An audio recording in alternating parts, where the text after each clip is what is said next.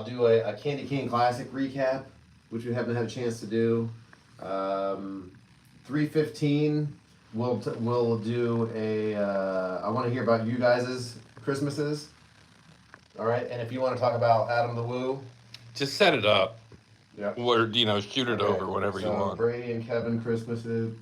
I know Brady Googled it though. I have not. Oh wow. I let it sit.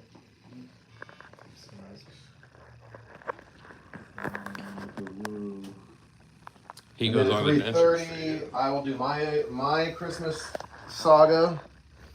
You texted me about that when it was happening, so I'll do like your my airport timeline. saga. Yeah. Are we having like sponsors Aquafina and Prime and? Yeah. My saga. Sounds like you're getting really serious. My saga. 3:45 phone calls maybe. You didn't write this backwards.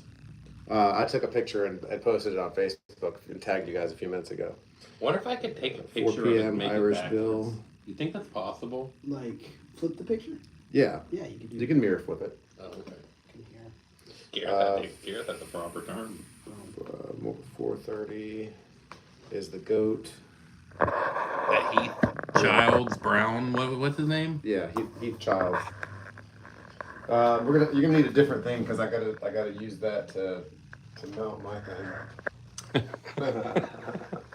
We could talk about docking. Dawkin? Lars would be fired up. Actually, this is perfect right here. This is even better than I've ever. Why did I never think of that? All right, Ipswich Town won 2-0. I was watching Georgia Southern and an Appy State, former Southern Conference rivals. Are the Vikings still undefeated? The Lady Vikings? But the last time I knew they were 11-0. I saw that the boys are like 7-2. Just check Max Preps. Travis Aspey is really good.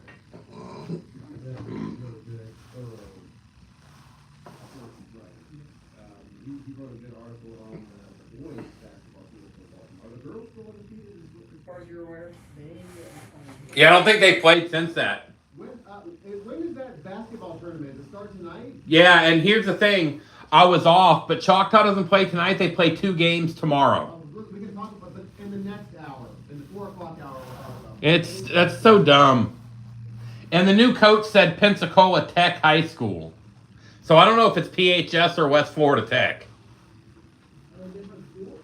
I don't know which one, but yeah, it starts today, but Choctaw's not playing till tomorrow, and they're playing twice. I was really upset because I was going to be able to go today.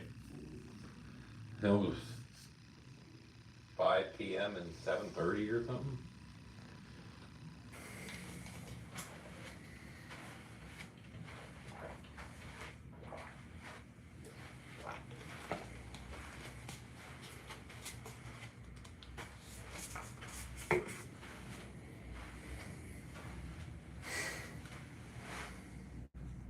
That makes my stool like always. You know, push my stool in.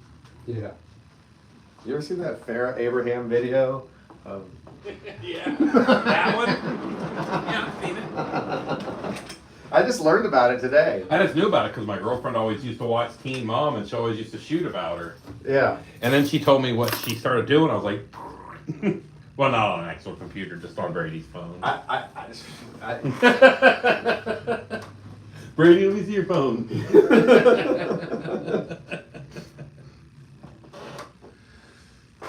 Okay, where is this? No, my kids wanted to come to the radio station. They're here, right? Yeah, they're like 5 minutes from here. Why didn't they want to come? Were they chefs? No, they're at my girlfriend's house. She lives in the Overbrook neighborhood back here. Oh, yeah.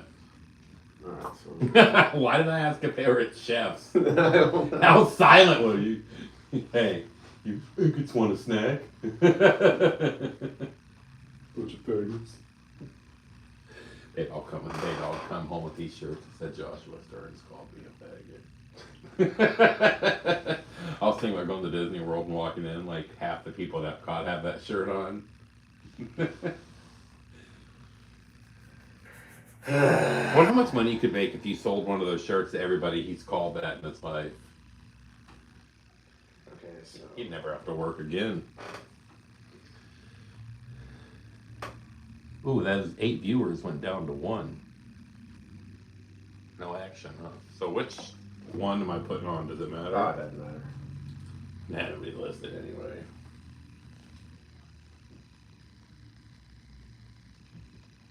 I don't hear anything am I supposed to. That one might not be plugged in. I don't hear them on any of them. Oh, well, hold on.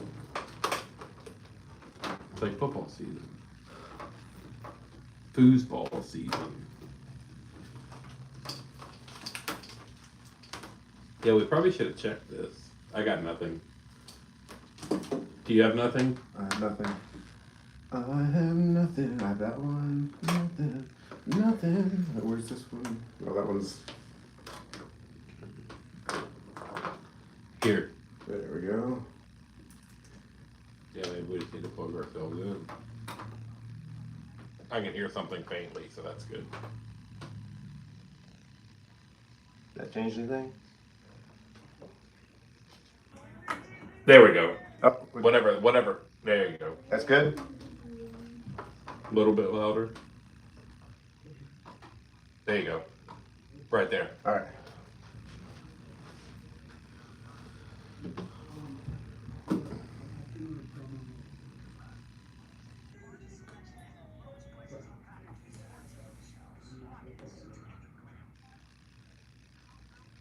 Somebody asked on YouTube if Jeff Jarrett is a top 5 human being. Oh. The chosen one? Put it top 50. But definitely not top 5. He's not on my Mount Rushmore of humans.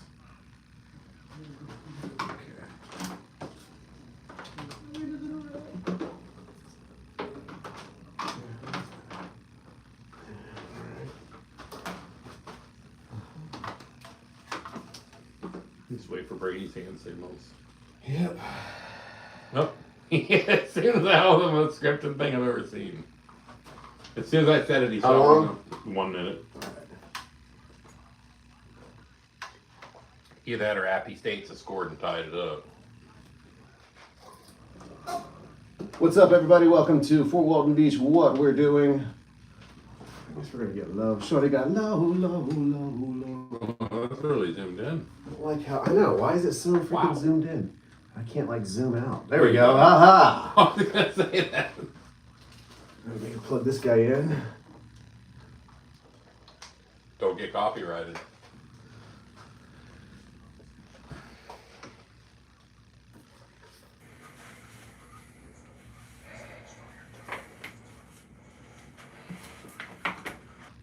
Oh, there's the backwards one.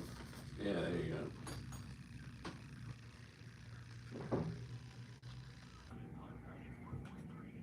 He still has a show? Huh? Who hosts his show now? Erica? Captain James T?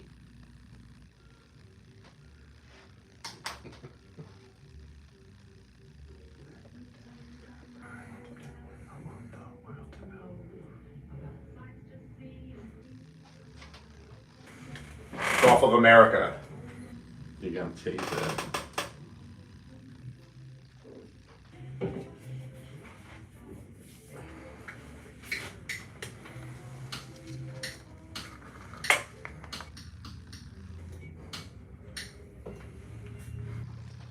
And good afternoon, everybody. Welcome to Fort Walton Beach. What we're doing. Brady, can you hear me? I can't hear myself. I can't hear you. Yeah, I can sort of hear you there. Very barely. I can hear Brady. I can hear the music just fine. No, that is better. That is better. I can kind of hear myself a little bit now. Hopefully everyone out there in radio land and on the Facebook simulcast side of things can hear us as well. Can you hear? Are things working for you, Kevin? I don't know if I can hear you because you're next to me or I can hear you through the headset, but I can hear the music and I can hear Brady. Okay, well then, Okay. good afternoon, ladies and gentlemen. Welcome to Fort Walton Beach. What we're doing. Looks like Brady just cracked open a soda over there. What you drinking over there, Brady? Duh, I must have had me about 12 Dr. Peppers. Yeah, I'm a big Dr. Pepper connoisseur today. I'm rocking the Barks Zero Sugar today, though. I didn't need the extra caffeine with that the Dr. Pepper Zero Sugar wouldn't usually afford me. So just go on. He does. It is prime time. We have taken a week off. We got to enjoy our Christmas break, and we've got a lot of stuff to catch you up on. But let me first introduce ourselves. It's Gareth Stearns and Kevin Horgan and Brady Brooks. We are your hosts of Fort Walton Beach What We're Doing, which is your daily dose of, well, local news, a little bit of community engagement. We're kind of like a community sounding board, if you will. And 850-374-3468 is the number to call us. We are a radio show after all, and we're here for 2 hours. You'd be surprised how difficult it can be sometimes actually to fill 2 hours of radio time. We're going to do our best today to make it as entertaining as possible. So this first hour is going to be a little bit of catch up on things that have been going around in the community. I want to talk a little bit about the Candy Cane Classic that we pulled off on December 20th, as well as all of our Christmas break plans and vacation escapades, if you will. But let's talk about the weather. Right now, we got a little bit of a break in the cloud cover. The sun is peeking through for the first time today, and it is 56 degrees, but feels like 49 degrees. And it's got 25-mile-an-hour wind gusts that when we wake up tomorrow morning, it's going to feel like it's going to be in the teens. That's very similar to the weather that I just left in New York over last week, but I'm not going to talk about that just yet. That's just a little bit of a spoiler. Did you bring that with you, Gareth? I think I might be partly responsible for the little bit of nipple-inducing weather that we're going to be experiencing over the next couple of days. It's going to drop down into, it's going to feel like the lower teens, not years old, degrees tomorrow, and gradually warming up over the rest of the week. And it's setting up to be a fun, good New Year, I think. Do you guys have any New Year's plans? New Year's parties or anything?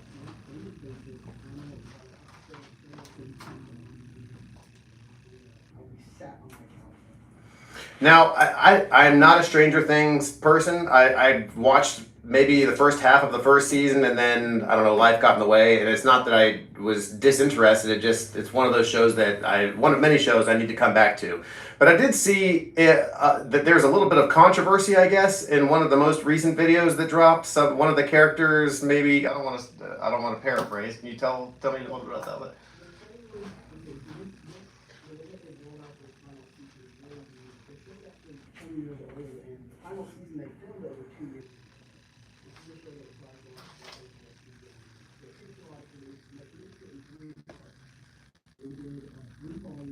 Volume was 4 episodes released. The second volume was 3 episodes on Christmas Day. And then this last volume will be a movie-length final episode that they led into perfectly. Now, if you look at Netflix, there was about 2 hours worth of footage that they had to cut from the final, releases. So, as a fan, you see it and you think there's a lot of plot lines and storylines that can follow things in. And there was it being a show based kind of around Stranger Things. It's a show placed in the 80s, and of course, way back then there was the Ed Rogers,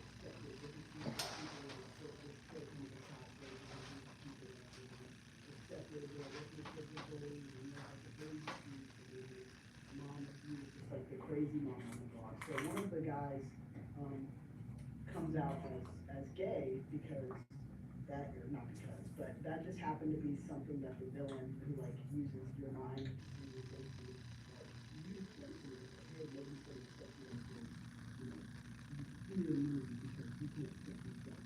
they became a big part of that final episode that he let everyone know that so it couldn't be against him. A lot of people see it. It really would have developed better had there maybe 3 hours or whatever cut film in there. It would have been a more complete series. I've seen a lot of complaints about it, but I think a few months down the line we're going to be able to look back. Well, I'll say this: just your explanation right there was good enough for me to not give up. Not that I would have given up on the show because of that one scene or anything, but the way that information was presented to me online was in meme form, and it was, look what Stranger Things has done. They've kowtowed to the woke culture or whatever. But I will say that your explanation and providing the additional context there actually makes that scene it balances things out. It's not just like he just came out of the closet just because we're Netflix and we're woke. I mean, you actually did a good job of.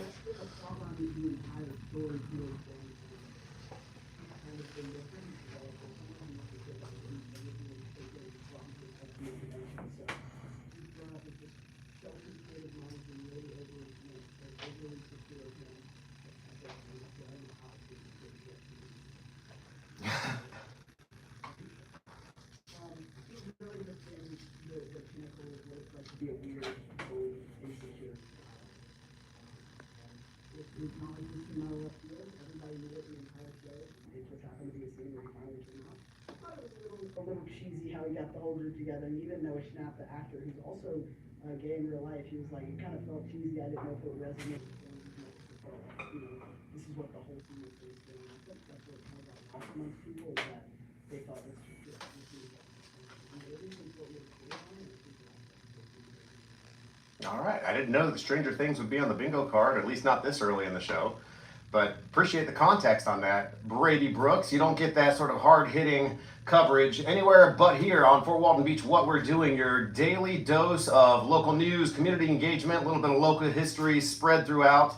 Your hosts are Gareth Stearns, Kevin Horgan, and Brady Brooks. We're going to be here with you all the way to 5 p.m. today, Monday through Friday on FM 94.3 FTW, or perhaps you could catch us online, 943ftw.com, or you could even catch our Facebook simulcast. We actually pump in all of the commercials and everything. So if you go to my Facebook page, Gareth Stearns, you'll hear everything and see everything and get all the commercials and get all the wacky antics that we're doing in the background during the commercial breaks and everything. So it's just an added benefit of tuning in to Fort Walton Beach, what we're doing.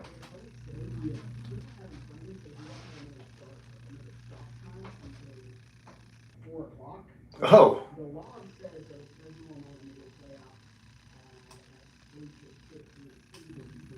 Okay. Okay, but do you think the music will play in my headphones regardless? Okay. All right, live radio. This is what it is, ladies and gentlemen. It still exists terrestrially and online. For Walton Beach, what we're doing, we're going to be talking about the Candy King Classic on the backside of the next break. We're going to be talking about all of the exciting things that we did over the weekend. We're going to be talking about some local news that's happening in and around the Fort Walton Beach area. Upcoming events as far as New Year's Eve. And in the 4 o'clock hour, we will have our Miracle Strip Body Shop afternoon interview segment of the day with Mr. Irish Bill, who will be joining us at 4 o'clock. What did you just point to there, Kevin? I was just told that the website is streaming the national show. Oh, okay. Interesting.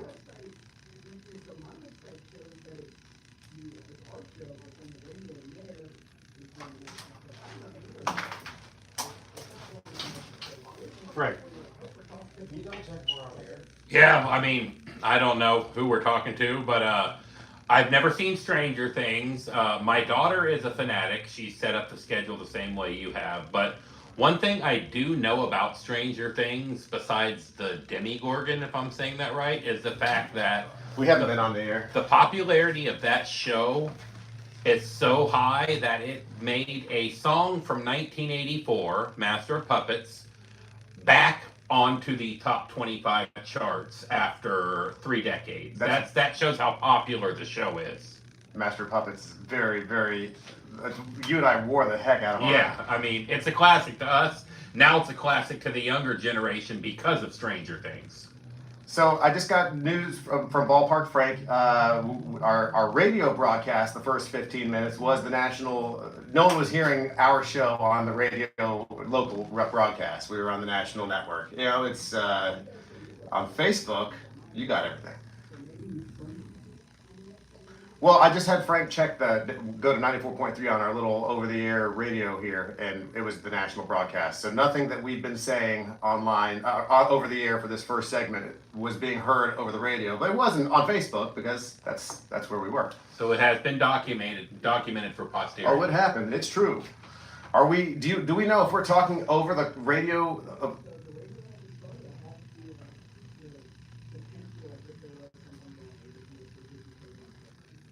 Oh, that's interesting. Interesting.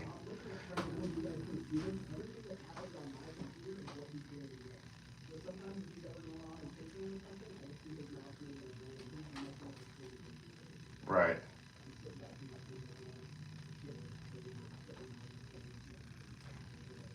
Ballpark Frank has control. Well, whether you can hear us terrestrial or not, we are on Facebook, and I guess we're going to be talking through the break until we get some sort of confirmation that we're on. Oh, okay. We've gotten notification. Hey, welcome everybody. If you are just tuning in, we are not the nationally syndicated news program that was coming through on 94.3. We are local radio, and we are Fort Walton Beach. What we're doing. Gareth Stearns, Kevin Horgan, and Brady Brooks. Coming at you locally from the Omni Broadcasting Studios on Beale Parkway, right across the street from Tractor Supply Store. Where's the Tractor? Yeah, we're kind of flying by the. I hear music. That must mean we have 28 more seconds until the commercial break. So either that or Frank's on LimeWire. We'll go use this last 20 seconds to welcome you to the show and hope that you will stick around and come on back because we're going to talk about some local news, catch up on our Christmas breaks.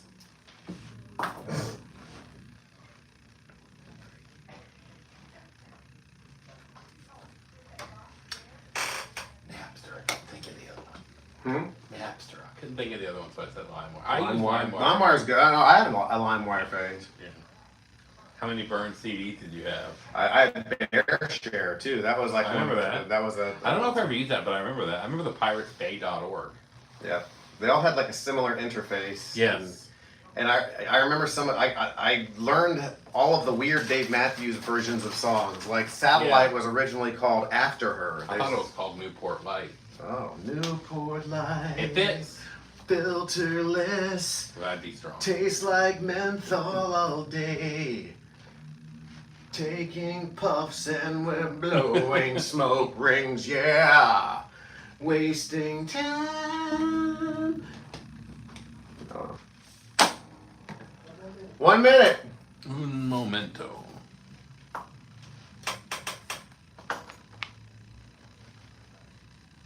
That documented for posterity. Sounds good on the woo Facebook. term. Oh, nice. Facebook got confirmation that we were good the whole Say time. join us, shall you? Winter's come, spring races.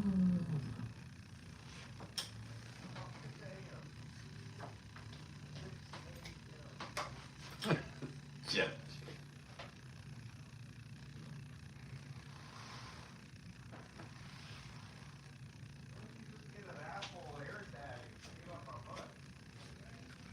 Does he have music or not?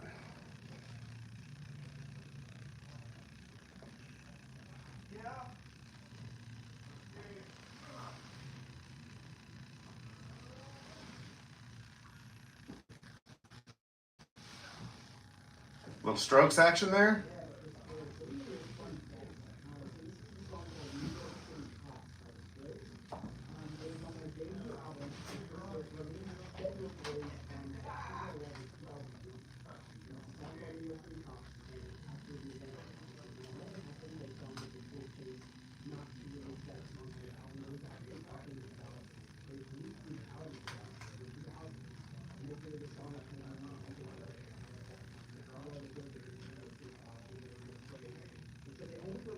International covers.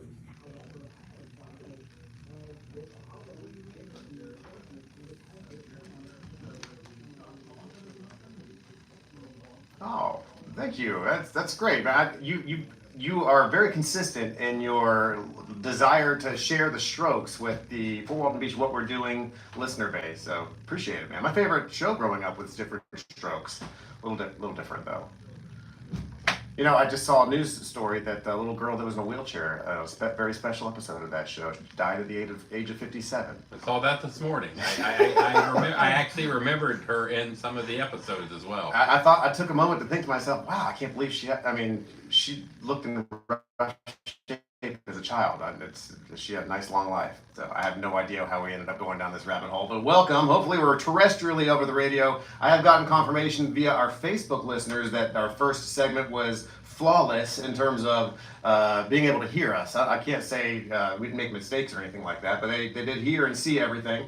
And I want to thank all of our Facebook listeners for tuning in, especially Mr. John Richard, who's always kicking things off by just typing out our studio number on the chat. I appreciate that, Mr. Richard. 850-374-3468 if you would like to give us a call and chat with us. It's what Kevin and I used to do when we were kids growing up, listening to old Coach Tom Grant and Russ Corbett on Let's Talk Sports with it was on WNUE, I believe, wasn't it, Kevin? Yes, WNUA AM 1400. We used to call in all the time, and it's I would like for our listeners to give us that same sort of back and forth. It becomes a lot more interesting if we have a new voice to vamp, to go back and forth with. So 850-374-3468. But we will have Irish Bill, our sports guru, for the 4 o'clock hour, and I think we're going to have it around 4:30. Another one of our sports guys, the GOAT, Mr. Heath Childs, he's going to join us at 4:30. Lots of sports talk that we want to get to, but we want to kind of all pack it into the next hour because we've got bowl games, we've got NFL, we've got some local sports news that we want to talk about. But we really just want to kind of catch everyone up on the Christmas break. We took last week off because of Christmas. The last time that I actually was working for the radio station was on Saturday, December 20th, and that was for at Goofy Golf for the Candy Cane Classic, our inaugural miniature golf tournament.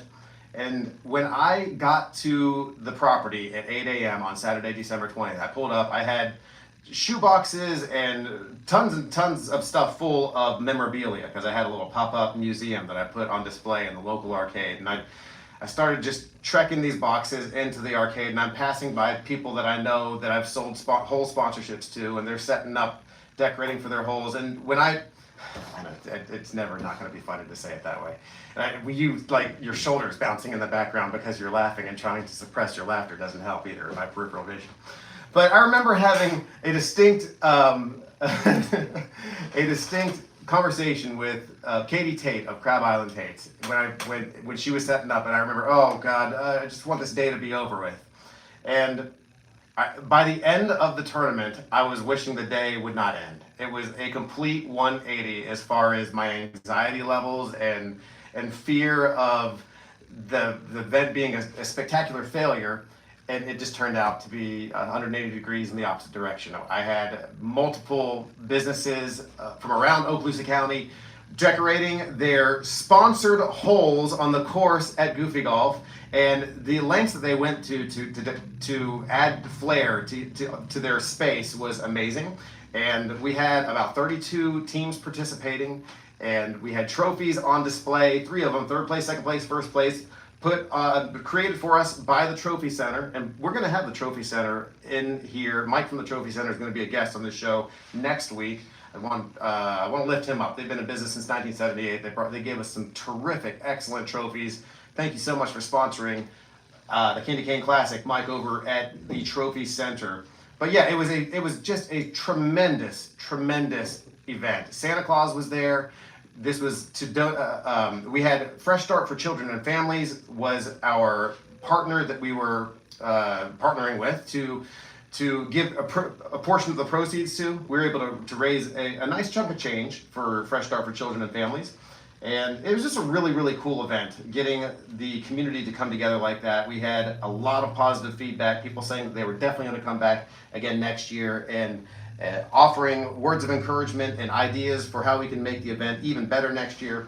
So make sure that you are tuned in to all of the upcoming events that we have planned throughout the year. It's one of the coolest things that I get to do in my job is come up with ideas for community engagement. And Goofy Golf was so excited to have that idea. They want to do a candy corn classic and Halloween and other things like that. So one of the next events that we're actually throwing around here at Omni Broadcasting is the idea of putting together a Super Bowl, but soup, like S-O-U-P, like the soup Nazi, like Campbell's soup, and having maybe restaurants from all around Okaloosa County, or individuals, if they're really, really proud of their own individual soup recipe, we'll have a soup eating competition, and it will benefit a local nonprofit, and we're going to call it the Super Bowl, and it's going to happen over Super Bowl weekend. And I'm willing to listen to any idea that you have, Brady. I was like, I think the Super Bowl is a cool little play on words. I think we should build out from there, and I'm listening to any ideas that anyone might have to help the experience go along. We have a little planning session on Saturday, Tuesday, Wednesday, whatever day of the week January 7th is. No, I wish that there was something different. Every time you have to go to the I wish that I had one thing that we all like, it was a good idea. Even better. I could not have asked for a better outcome. My parents even showed up. They left early because that's what they always do. You got to beat the crowd. But they let me know that they were very proud of the fact that I was able to get people to come together like that. And you know what? I took a moment to reflect too. It is really neat to see a community come together and have a good time and not tear each other down or look for a reason to be mad because we don't agree politically or whatever. You know, just to put all that crap aside and to come out and do something fun and interesting and unique for a good cause. It was the Candy Cane Classic. We're definitely going to be doing more events like that around the community. I really enjoyed getting my artifacts on display, my little pop-up museum. I'm going to look for more opportunities to do that. If you own a business or putting on an event around town and you would like to have some extra flair added to it, then seek me out. I would like to be able to put my collection of memorabilia related to local history on display. I have matchbooks and postcards and maps and brochures and tchotchkes, yearbooks, books, buttons, Bowlegs coins, Bowlegs cups, t-shirts, VHS tapes of old hurricanes, everything. Pep rallies, I got it all. Brady, how was your Christmas, my friend? You said that well, we don't have much time to get into it. Do you want to wait until we get back from the break to share? Okay.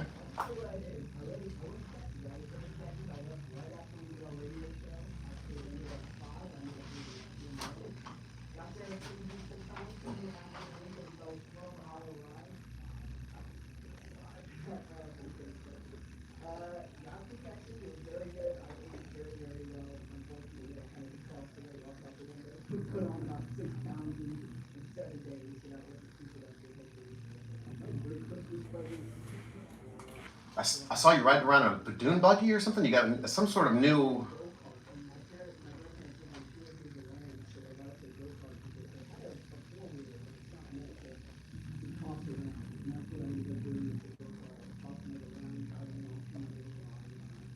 That was really fun. And I made my trip back a couple days ago, got back in town about 4. It was like pickleball. I love pickleball. It's like a really, really good. We're talking pickleball, we're talking sports, we're talking for no more. I'll be back.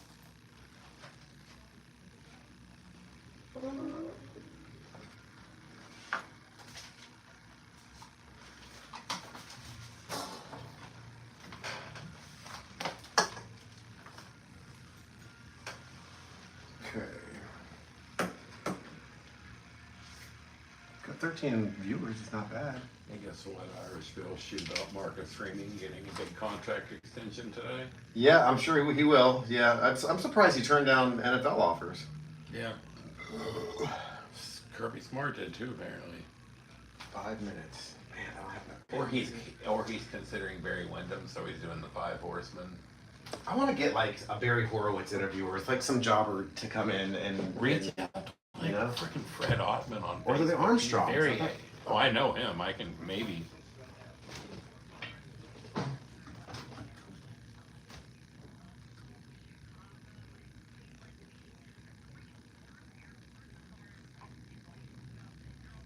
We're at a commercial break.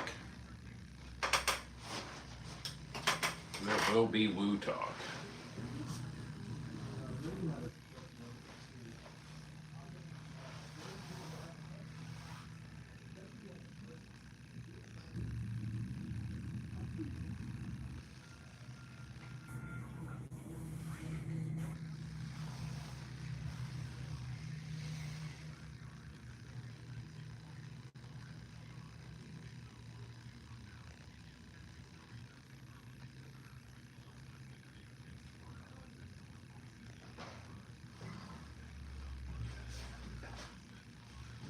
with James Harden. You can't James Harden that step back.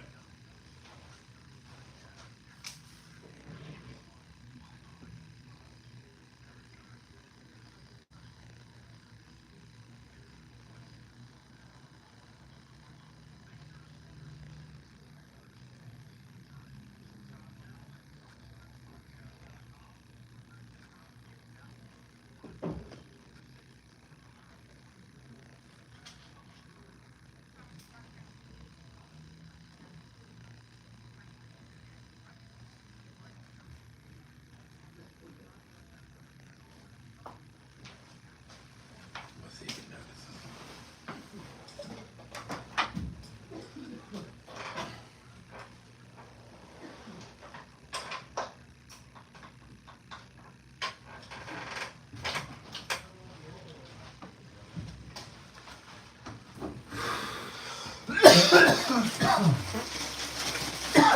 None of my kids wanted to come. You already got some water. Oh. Yeah, I don't know. We're gonna put them on.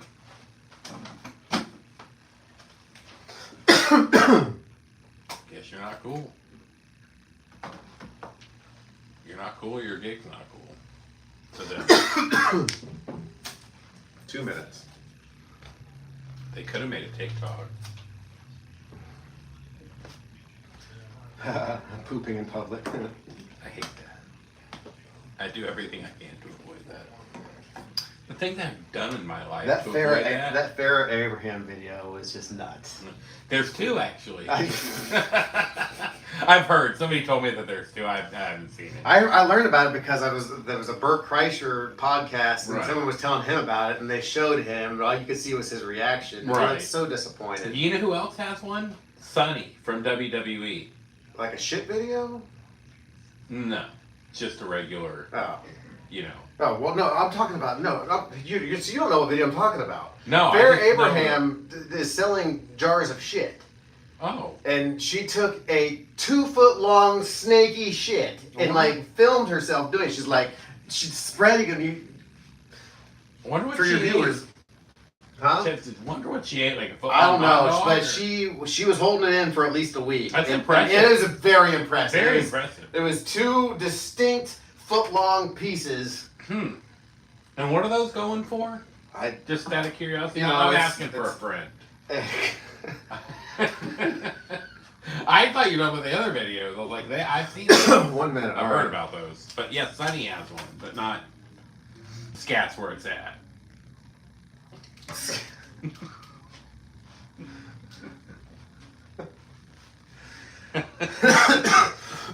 No, what video were you talking about? Just The one with her her adult videos. Yeah, the one getting her stool Yeah. pushed in. Yeah. Gotcha. Very nice gentleman pushed her stool in I can for see her. I can see how impacted it was. And that's very gentlemanly to push her stool in like that Yeah. for her. What if he opened the car door for her? I mean, you know, people do what they gotta do to stay relevant. Like this guy. Is Bill coming or calling?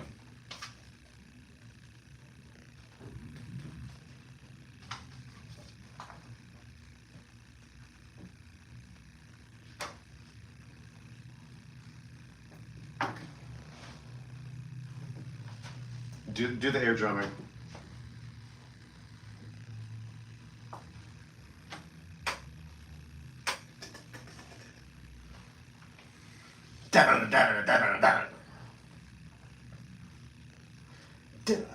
I never knew I'd have my own radio show someday and I could come back into and out of breaks with Master of Puppets from Metallica, I man. never thought I'd hear that. That's awesome. We could let the whole 9.5 something minute song play out, but it would probably eat up the majority of this segment. And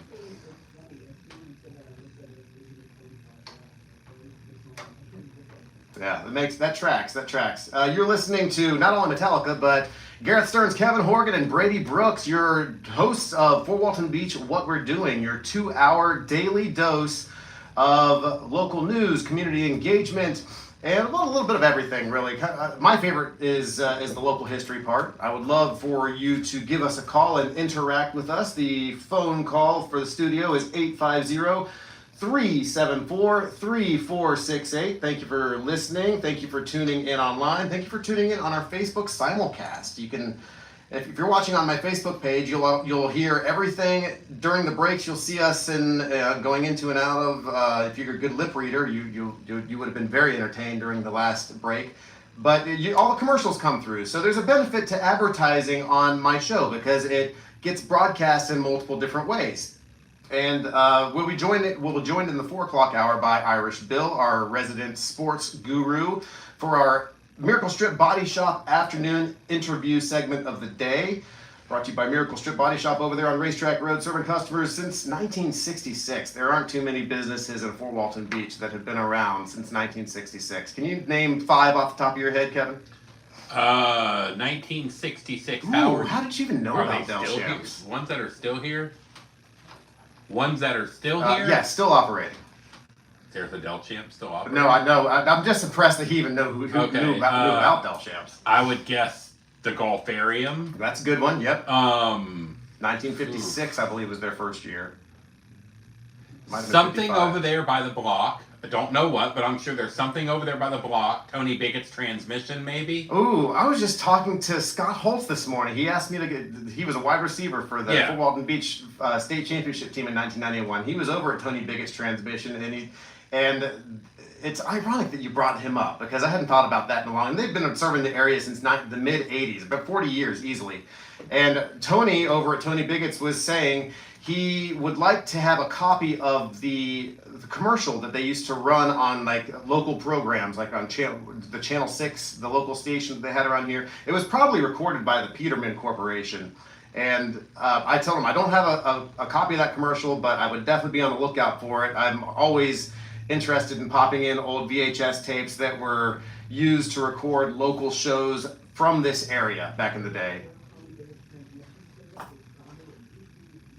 All right, so that's a solid 40 years. Swallowed 40 years. Yeah, well, I don't think it's been around that long, but in local news, a local staple seemed to have left us, and Denny's. Oh, man.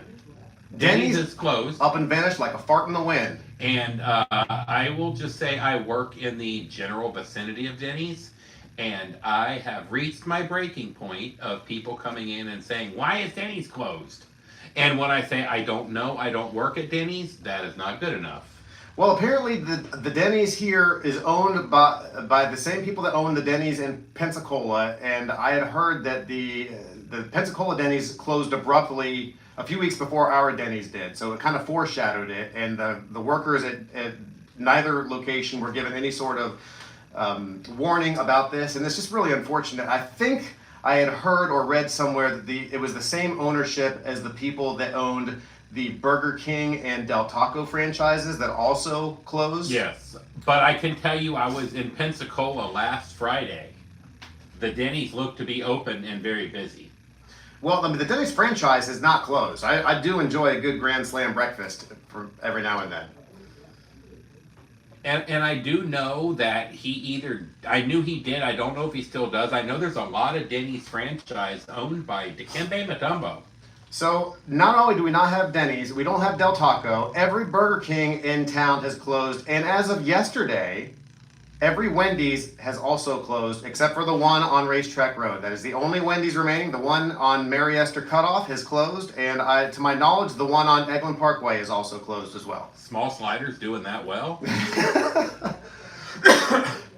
I've heard great things about it, but the times I've been by it, the amount of cars in the drive-thru have steered me to keep going down Deal.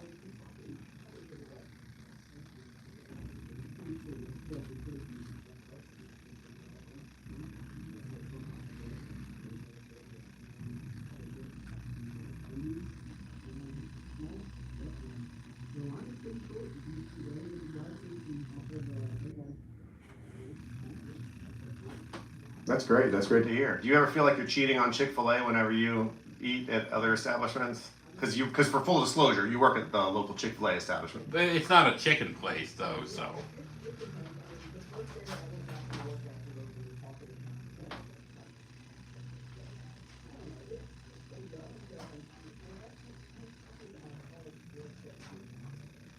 I would still like to get your boss on the air here because he does a lot for the local community, and I'm sure he's probably got some pretty cool stories to share. He's also a big Choctaw fan. Yeah, he is. We'll talk about Choctaw as well as other high school sports in the next hour. We're going to devote the next hour pretty much to sports, college sports, high school sports, some NFL, lots of things going on there. We're going to be joined by our sports guru, Irish Bill, at 4:06 for our Miracle Strip Body Shop afternoon interview segment of the day. We want to thank you so much for joining us on Fort Walton Beach, What We're Doing, your daily dose for local news and community engagement. And I was engaging with the community of Watertown, New York, and Syracuse, New York last week.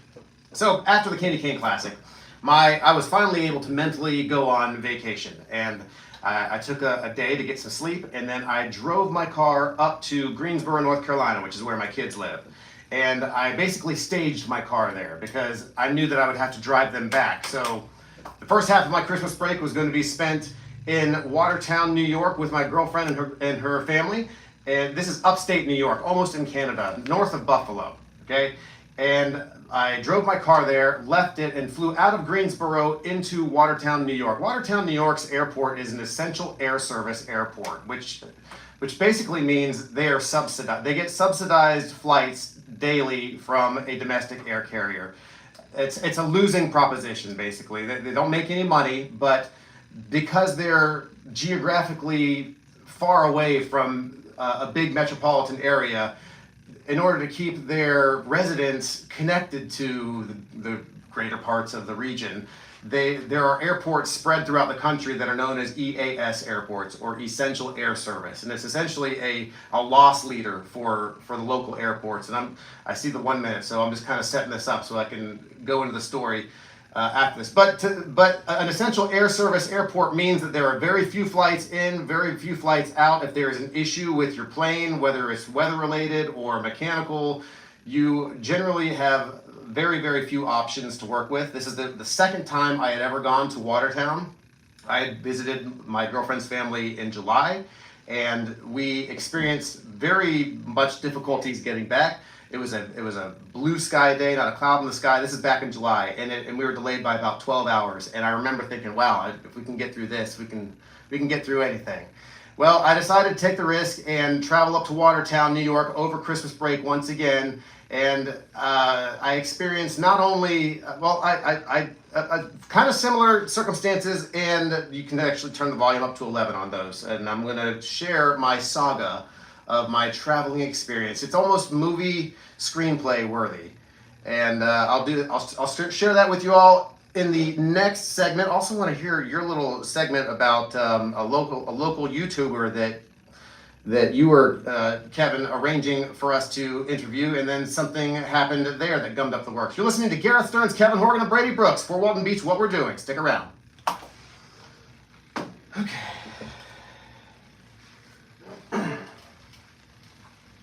I'm not gonna get this fucking story out. 2 minutes, gotcha. Story time. Story time. Story time.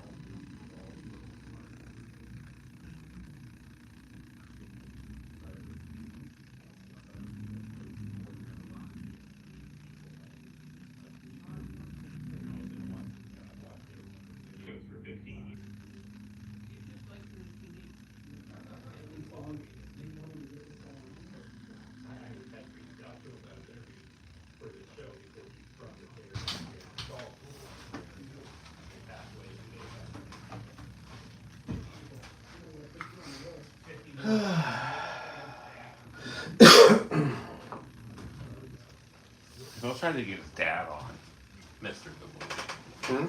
Maybe I'll try to get his dad on. You know, yeah, we'll be as respectful as possible. Did he graduate from Niceville? No. So his parents were like in the military, and that's why they were No, here. his dad's or... a preacher. So they Okay, jumped around a lot okay. like the military. Okay, but he lived here at one point. Yeah, he actually went to Rocky Valley Christian School. Him and his twin sister were both baptized here Okay. at Niceville. I'll try to do this story as quick as possible. 'Cause... Man, it's not that long, so.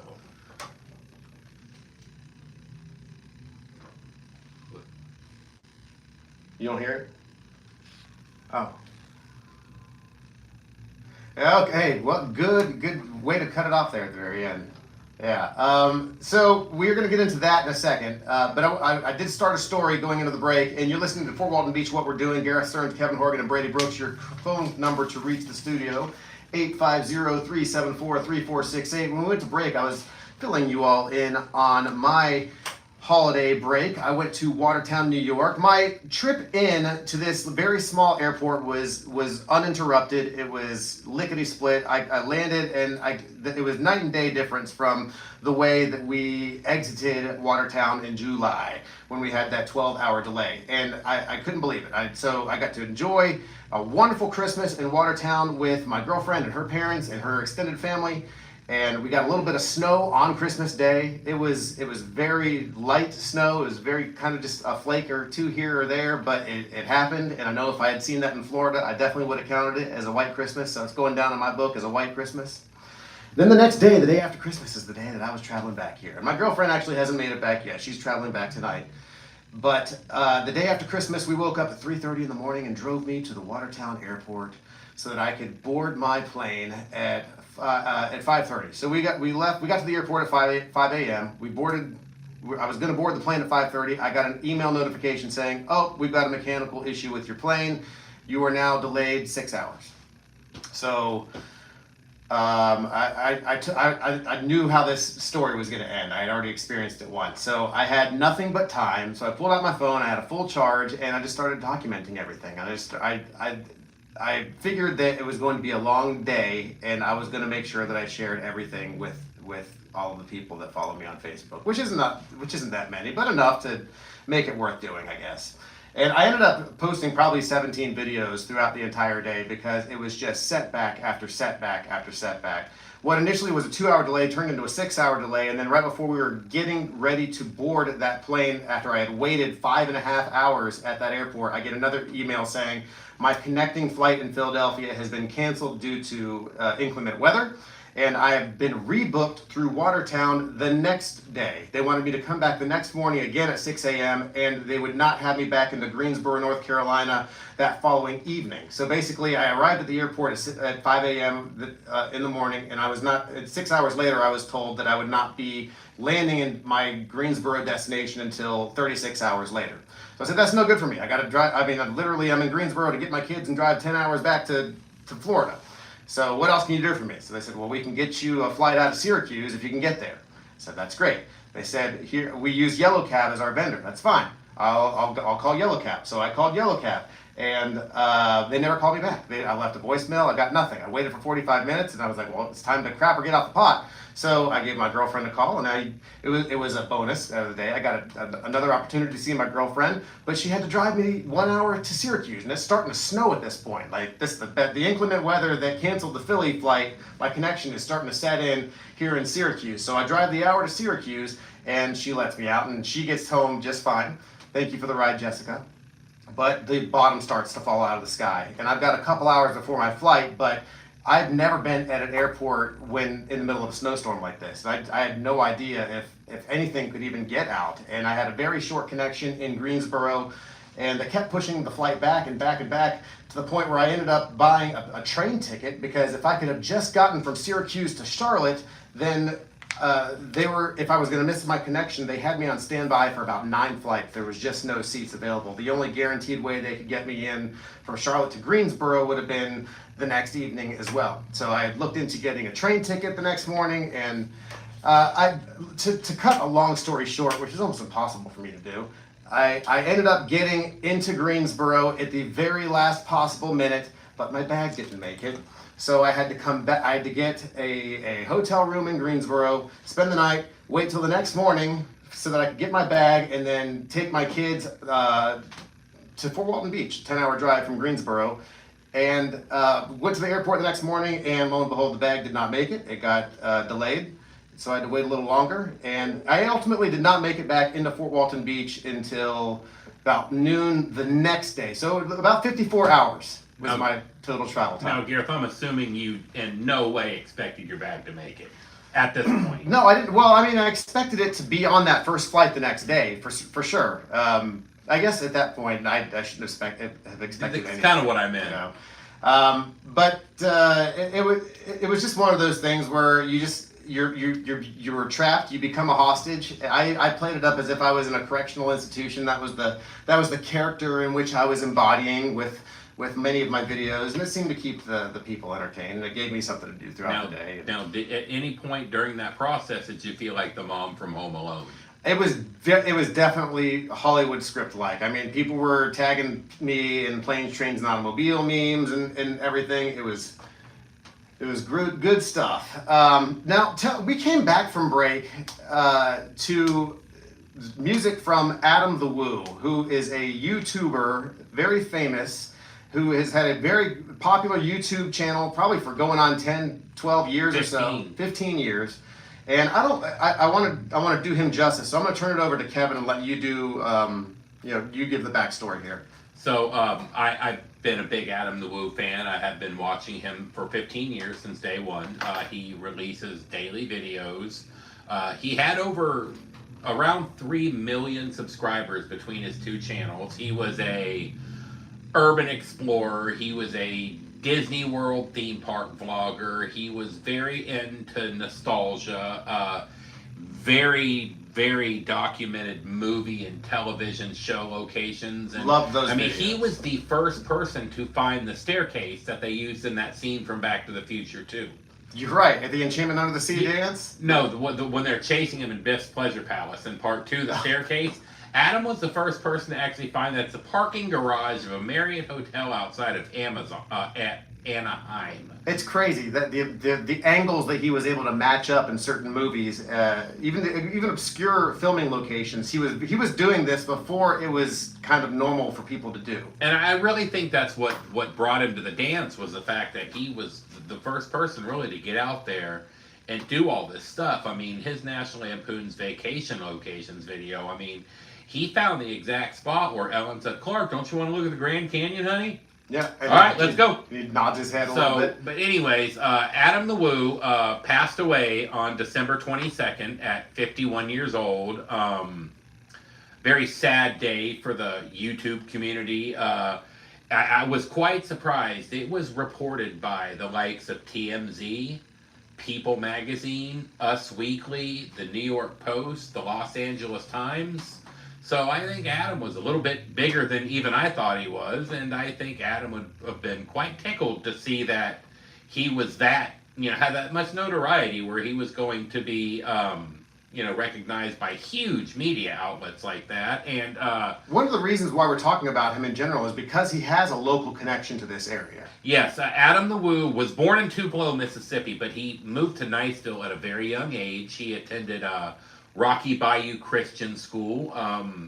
His father had just recently wrote on social media a few days ago that Adam and his sister Faith were baptized and received their first communion here in the Panhandle area in Niceville.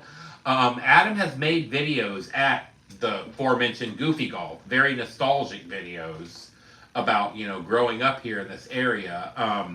His father mentioned on Facebook that there will be a celebration of life memorial that will date to be determined. It will be held in Stanford, Florida, and it is open to the public, and it will be live streamed on his YouTube pages, Adam the Woo and The Daily Woo. But it's a very sad day for the YouTube community and the local community, if there was anybody that knew about his upbringing and his nostalgia for the Panhandle of Florida. And one of these weird universal coincidences, this show has had its share of in-studio guests in the first month of in its infancy. We've had some really good guests, and a week before Adam's death, you were text in our group chat I think saying, it's 3 days. I have lined it up. Guess you'll never guess who I've got, Adam the Woo, and he was going back and forth with you saying, this is something I really want to do. I've got something coming up with the new year. Please get back with me. I definitely want to do this. You were lining up an interview on this show with Adam the Woo. I mean, literally 24 hours before the announcement, and I thought you were joking with me when it was almost like when the Ultimate Warrior got his final retirement curtain call with the WWF and then died the next day. Less than 24 hours later, absolutely. It was very similar in feeling. It's like, oh my God, I can't believe we're just talking about lining him up as a guest, and then it's all over TMZ and People Magazine. And I mean, you've been talking about this guy for 12, 13 years. You know, when you watch somebody, because, you know, especially the younger crowd, like people Brady's age, YouTube is almost like the new TV. And when somebody releases daily videos, basically just putting their life out there for you, and you watch them every day, you kind of feel like you're a part of it, or you kind of feel like you know that person. Yeah, definitely. It's like a part of you. It's like experiencing a death or whatnot. You know, it's 20 to 30, 45 minutes that you had every day to kind of escape reality, escape real life, and kind of live in somebody else's world, and that's kind of gone. Maybe we can reach out to Adam's father and see if he would be a guest. That was something I thought about. He's been very active on social media since Adam's passing, so I don't think it's anything that he's shying away from. So I will go through the same avenues I did and see if we can make Mr. Jim Williams possible. Yeah. Adam the Woo, rest in peace. A Niceville local and a famous YouTuber who we've been big fans of him for many, many years. And we were going to have him on our show, and unfortunately he passed away in his sleep, just unexpectedly. You know. And he was very nostalgic about Goofy Golf and talked about very fond memories of his parents taking him and his sister there numerous times and how excited they would get. Rest in peace, Adam the Woo. You are listening to Gareth Stearns, Kevin Horgan, and Brady Brooks on Fort Walton Beach. What we're doing here on FM 94.3 FTW. We're going to be joined by Irish Bill in our next segment. He is our sports guru. Stick around. Thanks for listening.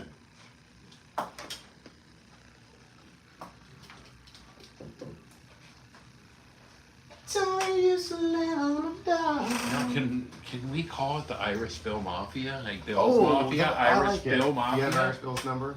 I do. The Irish Bill Mafia. Do you have Goat's number written down there somewhere?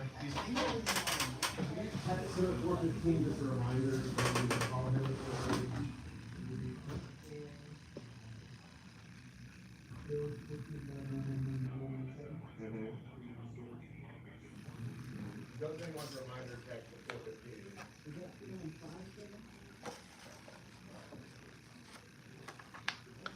3949?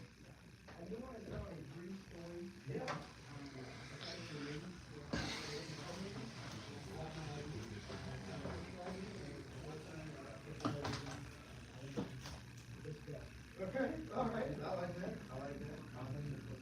Could you maybe do that after, like, 4:45, like that very last second? Yeah, definitely. That's perfect. You're right.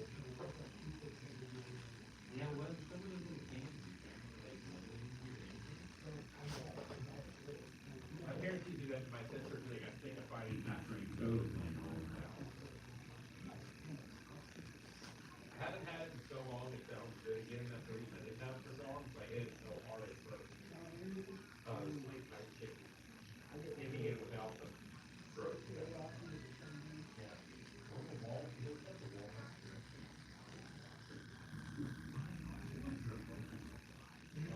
What happened to that? It can't go wrong. Have you ever had them in the air fryer? They'll change that. You'll never want them another way.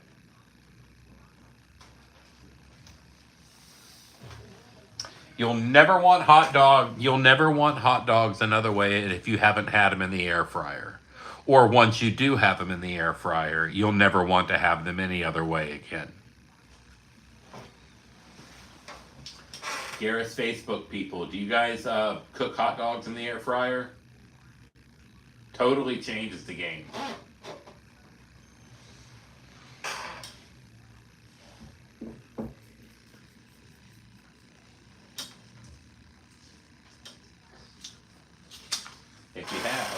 can even call and talk about that.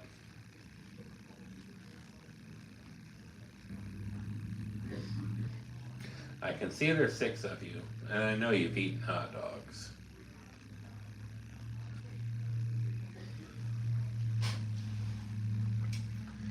And Gareth will have no idea why all these people are calling in and talking about hot dogs. It could be funny.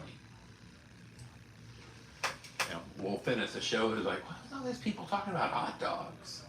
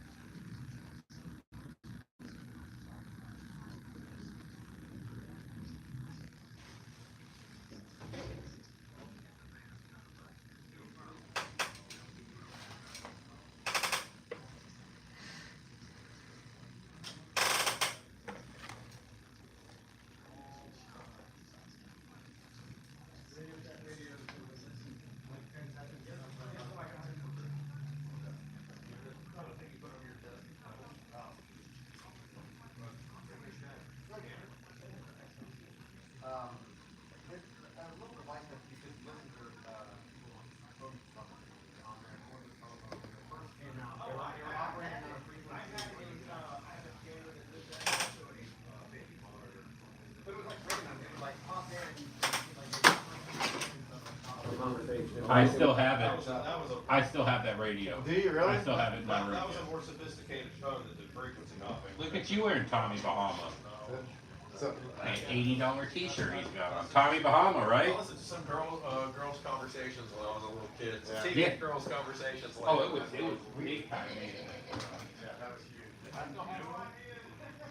I found out why I did that is, but like certain cordless phones or like early cell phone technology, they ran on a frequency that those radios and transmitters picked So up. did I remember this wrong, or did we actually hear your mother one time? We did hear my Okay, mother thank on you. that. I wasn't- Absolutely. So you're saying some of these conversations we heard could have just been cordless landlines? Yeah. I never knew We can that. talk Okay. about this if you want. Or hot dogs in the air fryer. I don't have my phone, and so I don't. Help me out with any sort of sports questions or which direction that I should steer. Or him predictions? towards. Yes. Northwest Florida Playground Area Shootout started today.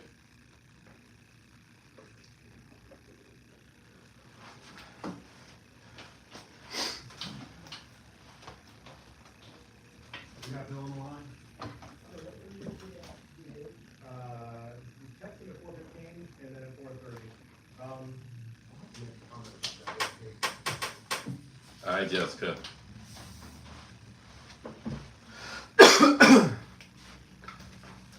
So did Gareth openly poop when he was there, or did he mask it by saying he was getting a shower?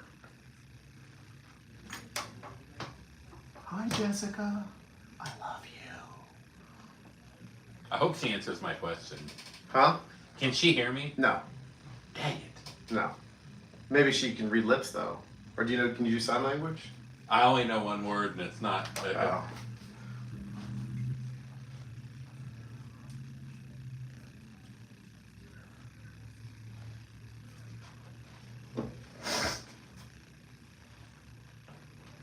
Wait, here. What about this one?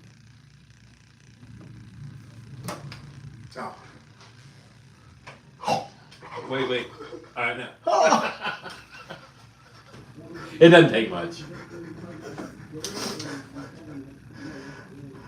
They'll have to tune into the Facebook simulcast to see what we were doing in the background there. No.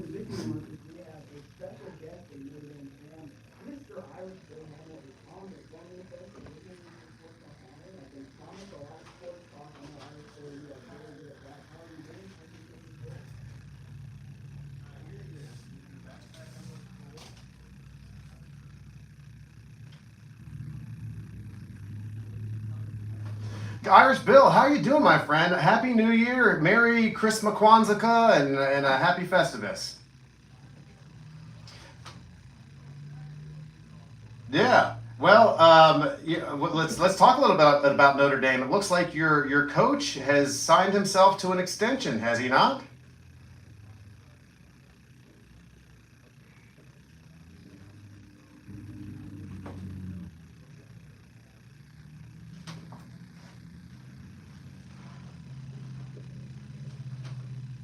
You know, the Titans said that about Marcus Mariota.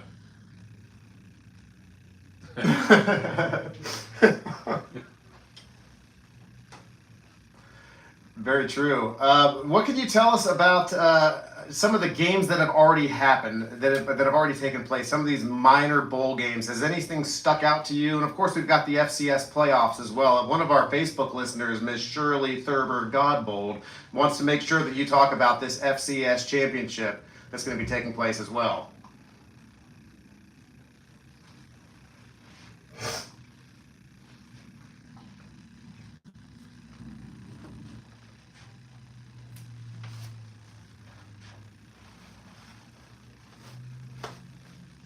You know, Bill, I was kind of thinking, is Dabo Swinney on life support?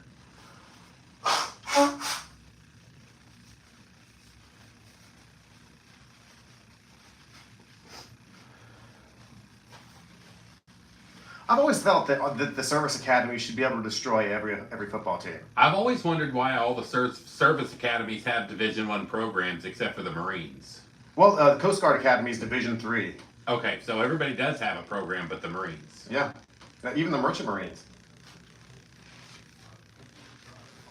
Okay. Okay, so they're kind of a... I did not, thank you. That's kind of a blended team then.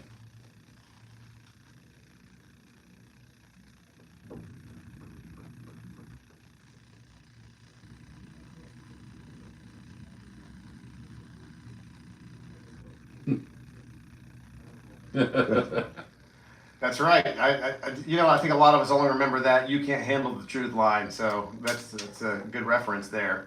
Yeah, but you're right about that Penn State and Clemson game. I was listening to that on my drive back to Florida with my kids on the radio, and just a baseball score for the majority of the game. It was just not fun. Penn State would talk about a team that had high expectations to begin the year and fell probably flatter than anyone, even more than Florida State after week one this year. I don't know. Was this the beginning of the end for Dabo Swinney, do you think?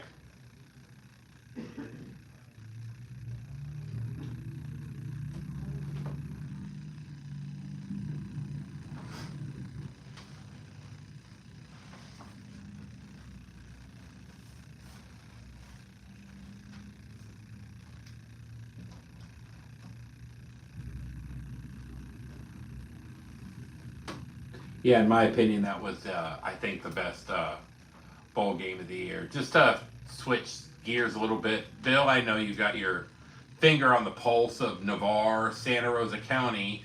Just wondering if you could there's a lot of people that have been asking me, if you could give us any insight into the head coaching interviewing process and how that's coming along for the new Soundside High School. Have you heard anything?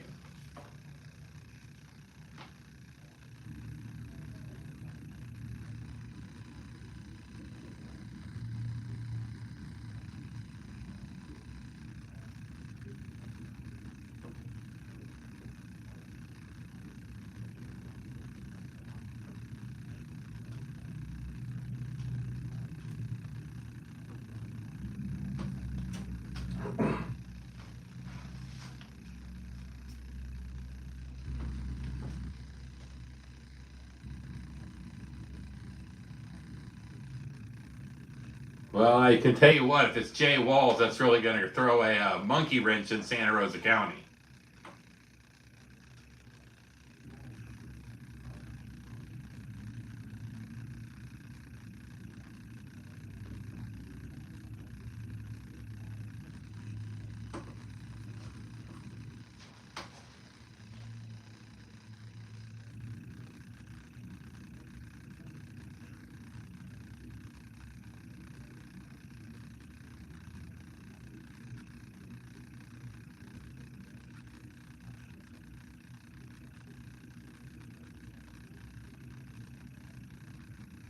Okay. But just to people that don't know, Bill, to show everybody how big high school Florida is in this state, high school football is in the state of Florida. Driving by there every Monday and Friday, it seems to me like the football field was completely done months and months and months before the school, which is not done yet.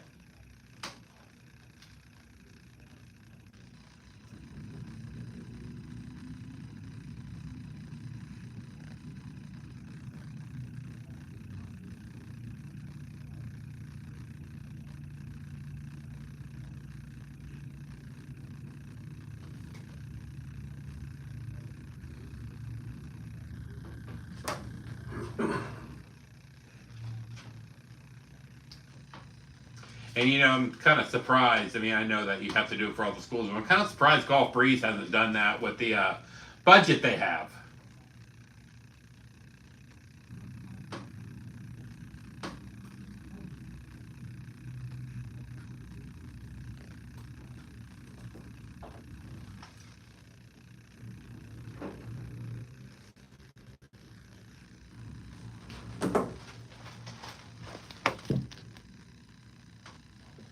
Yeah, I'm sure it's probably 25, maybe 30% higher.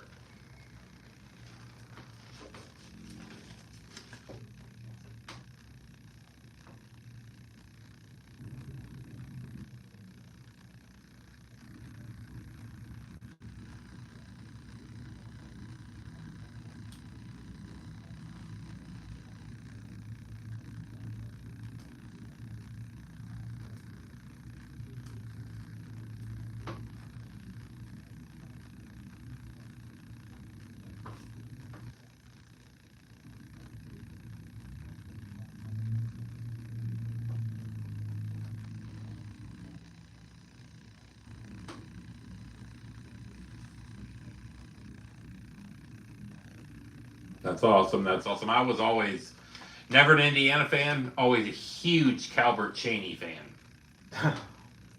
Absolutely. His name is Irish Bill. Do you mind sticking around? We've got a lot more sports we'd like to talk to you about. A lot more college football and NFL. Do you mind sticking around for one more segment, sir?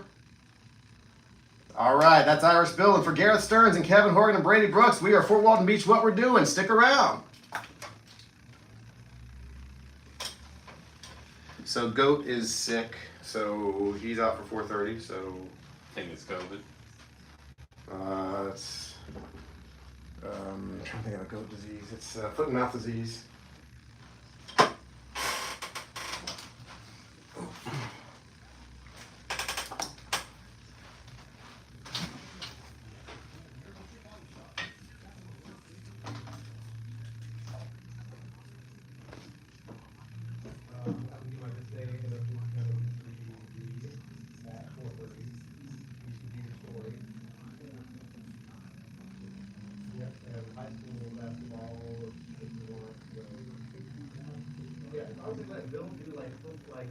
College football as much as he wants, and then we can do NFL and high school afterwards. If he wants to talk about NFL, that's fine too, but if he wants to do college football,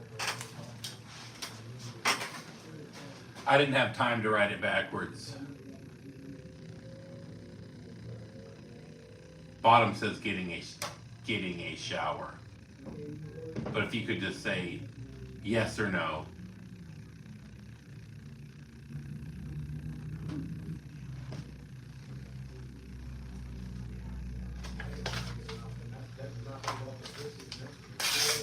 He's not gonna know.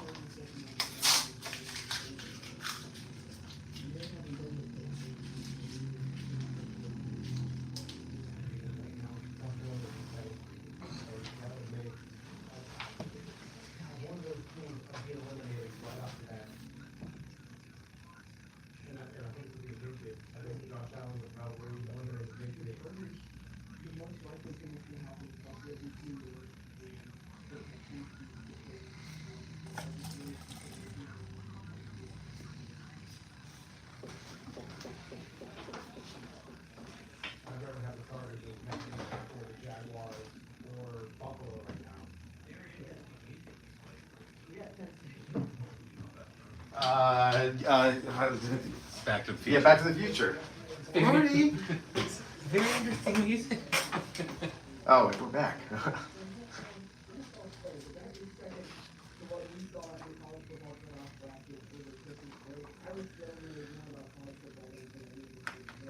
So our show, we have 4 matchups, AMU, Oregon, Alabama, Oklahoma, State, Ole Miss,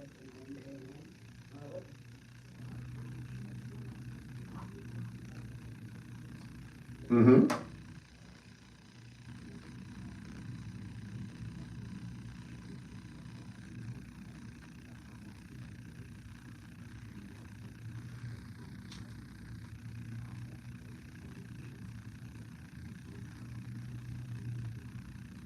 Right, and not only that, but they lost their very last game of the regular season to Southern Illinois, the Salukis. So now they're playing for the national championship, but they didn't even win their own state championship.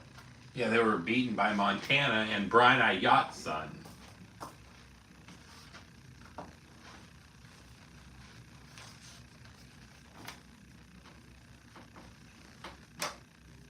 Except for Northwestern.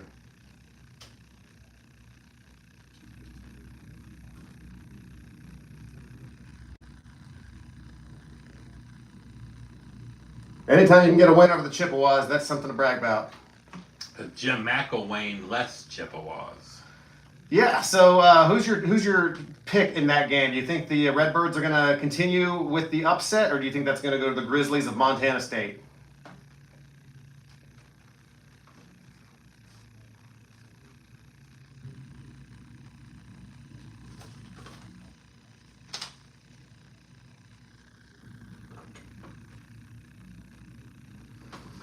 Yes, I agree. His name is Irish Bill. The studio phone number, if you have any questions for him, 850-374-3468. Irish Bill, Brady wants to ask you about the college football playoffs coming up. Yeah, we talked, I know we talked about, two of the things that, that we can, first it's off the one that we got the call, the result of that being coming in at 51, 41%. So when you take it, moving on, let's start off with the James Madison Oregon, a win of expected for Oregon. I appreciate James Madison's effort, but 34 points. Yeah, he's probably the team that was, I think, this is the worst of those that Oregon can have that on the list. Something like that. So James Madison is taking a lot of Oregon, basically.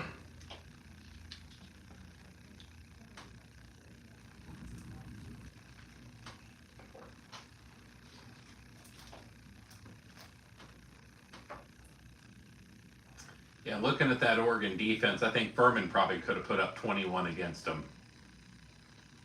Go Paladins. Alabama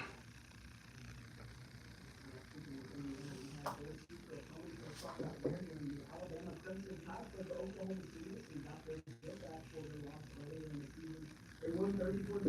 I said before the break that I would not be surprised if Alabama won this, but their offense is not good. Actually playing for it, which they did not do in the last game of the season.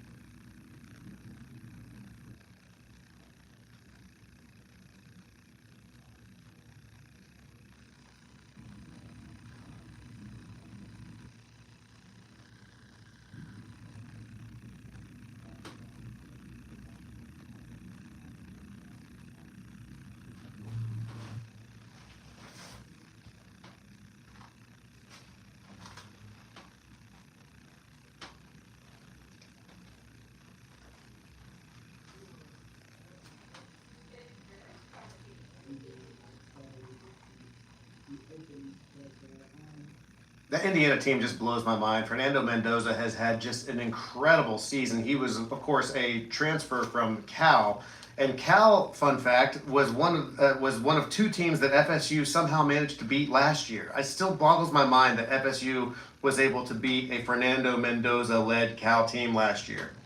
Hey, Bill, I got a question for you. Except for bounce backs, does Indiana even have any 4 or 5 star recruits on its roster?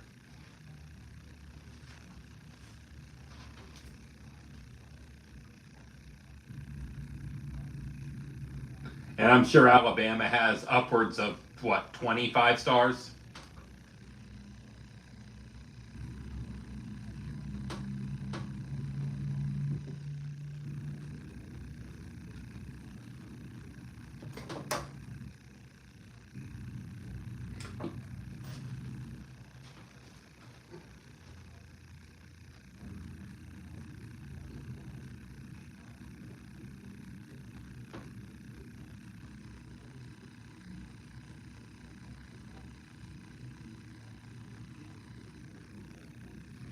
And I've also heard another very good quarterback to hit the portal from Cincinnati, Brendan Sorsby, associated with Indiana.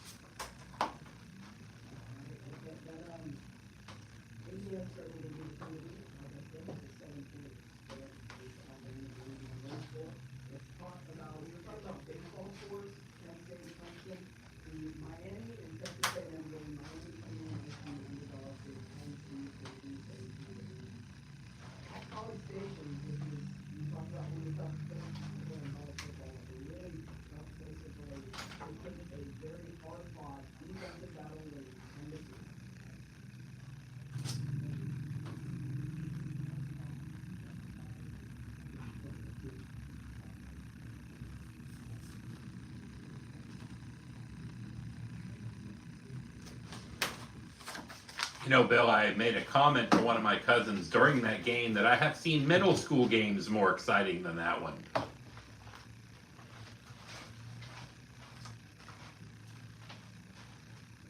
You should have seen Cole Tabs at Meg's. It was quite a spectacle.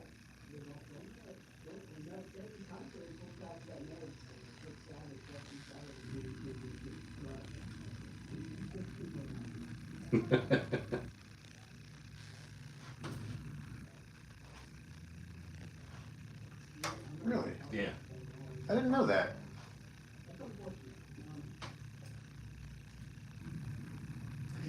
They're not even called middle schools, correct, Bill?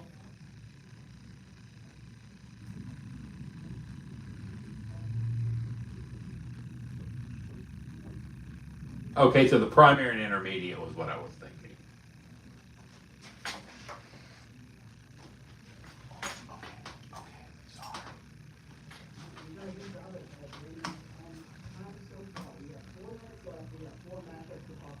And real quick, before we get into those matchups, I just want to. I'm sorry, I said the Montana State Grizzlies. It's the Montana State Bobcats. Yes. So Shirley Godbold, I'm correcting the record now. You've made 4 different comments on the. I get it. It's like calling the Florida State Seminoles the Gators. My bad. All right. I don't live in the Pacific Northwest. All right. My bad. So. It looks like she liked it like 9 times just there. Bill, I do believe that Oklahoma Alabama is not the only SEC rematch in the CFP, if I'm not mistaken.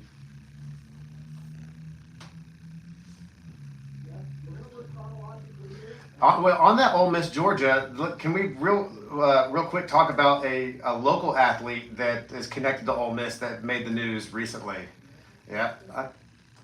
Yeah, you know, we've been. Kevin actually wrote his name down. We were going back and forth, like, should we not? But it is. We're a local news. We would be remiss if we did not mention the recent legal entanglement of Dante Core from the University of Ole Miss in Andalusia, Alabama, this weekend.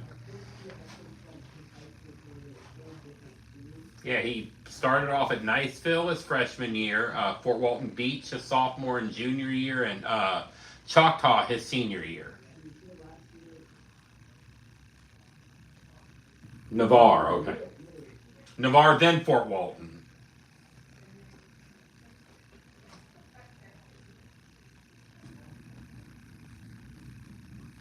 Yeah, he got arrested. Yeah, I read about it. But that he had taken over on him, but he originally got stopped. 110 miles an hour through Andalusia, which is you don't go 1 mile an hour over the speed limit in Andalusia. It's kind of like Shalimar. No.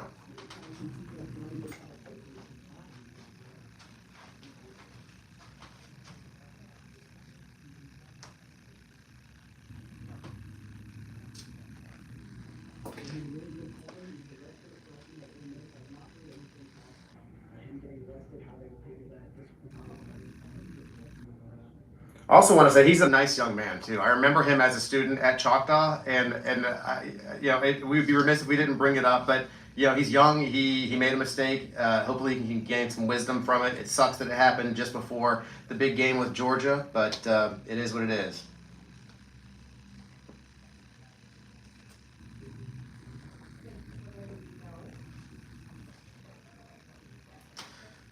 Brady, do you want to ask about the other games?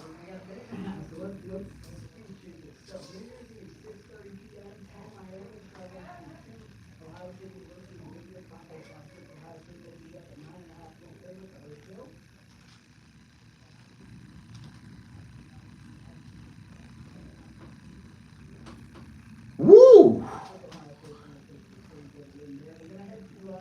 January 1st, we did that 11 a.m. right here in 5-1 to taking on 4 Texas Tech and Capital One for Hard Stadium. Oregon.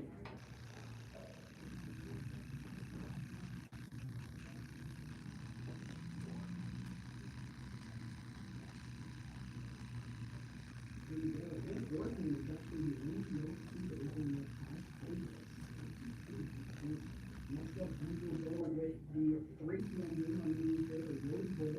Alabama versus Alabama to Indiana. Indiana's favored by 7.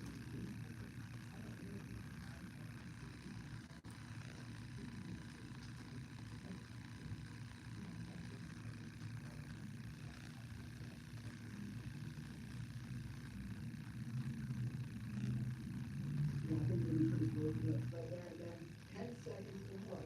11. All State Sugar Bowl, Georgia, Ole Miss, Georgia opens up at 6.5 point favorites on 7 p.m.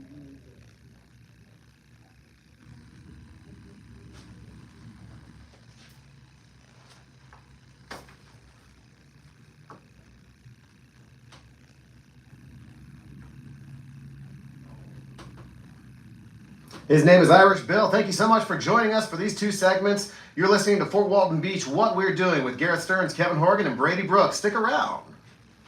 I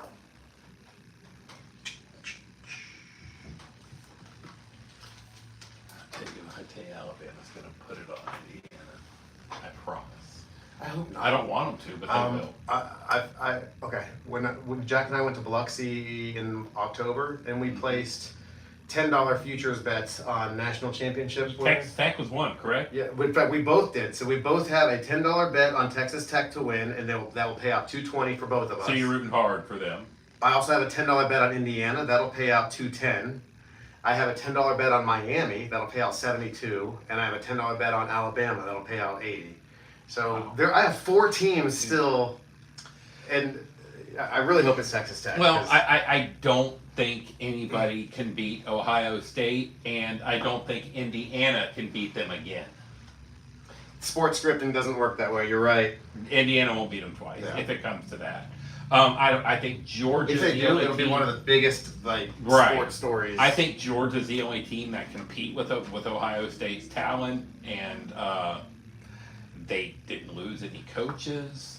They haven't had any guys, opt out, anything like that.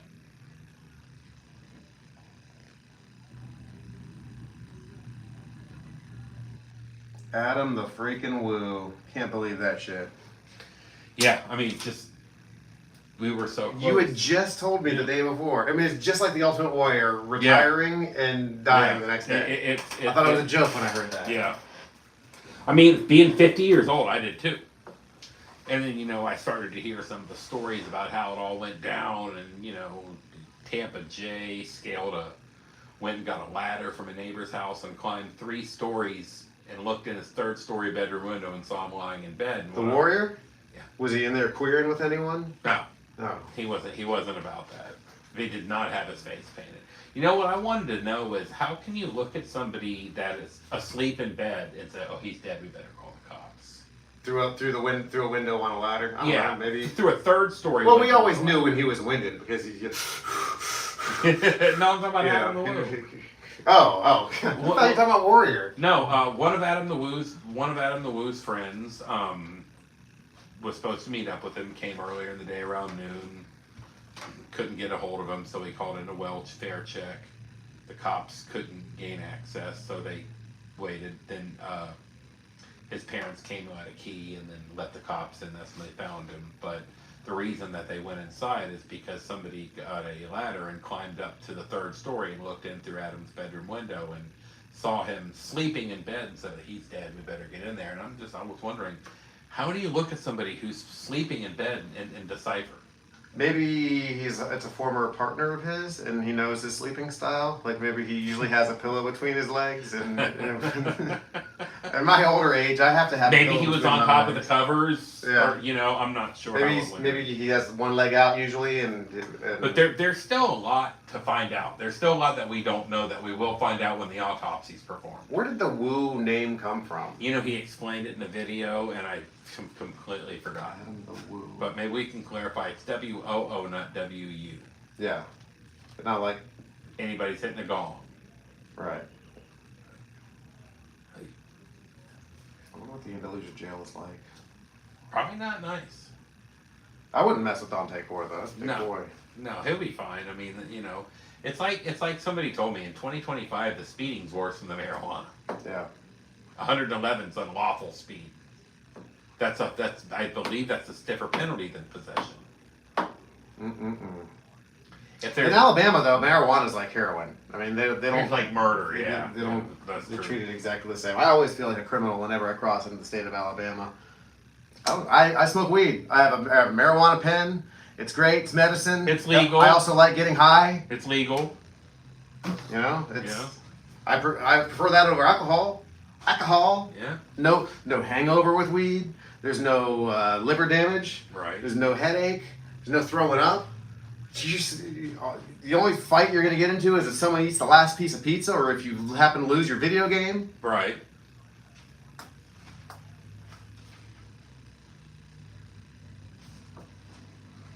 Jim Kirk.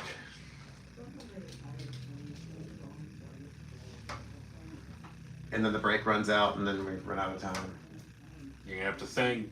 Yeah, well, I do want to thank Irish Bill for giving us 30 minutes of his time for the first half hour of this last hour of Fort Walton Beach, what we're doing. It's always great catching up with him, and it kind of stinks that we had to kind of button things up too quickly there at the end. I do want to talk about what is your personal pick to win the national championship, Brady?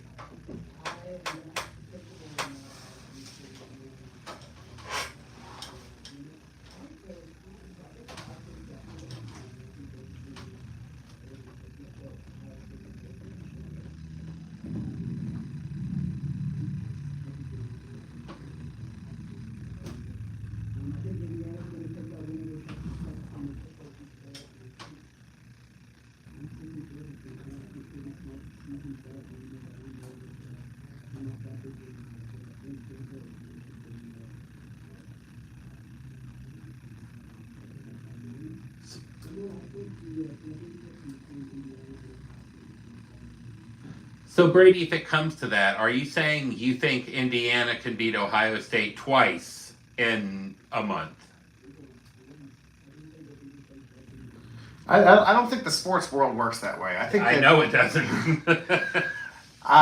Indiana's a great football team. I do not want to discount anything that they have put on the field this year, but Ohio State is just a different animal, and to beat them twice with all of the players that they've got, I think that is a very, very tall order. I hope to see it. I would love to see it happen.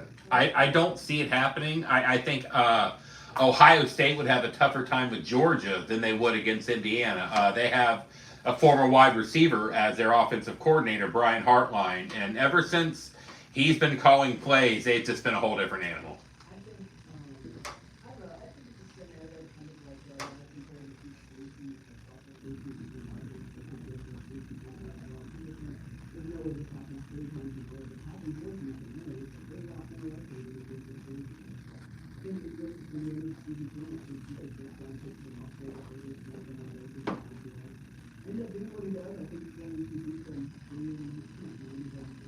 I kind of hope that happens. I have a vested interest in a couple of the teams because my son and I went to Biloxi a couple months ago and we placed several futures bets on national champion teams. I placed a $10 bet for Texas Tech to win, a $10 bet for Indiana to win, and a $10 bet for Alabama and Miami to win. And I tell you what, if that Texas Tech bet pays out, it'll give me $220 on a $10 bet. And Indiana, if they win, that'll pay me $210. So either I know that they're facing each other, but I'm at least guaranteed through to the next round with one of those payouts. So that's who I'm rooting for, is one of those two teams.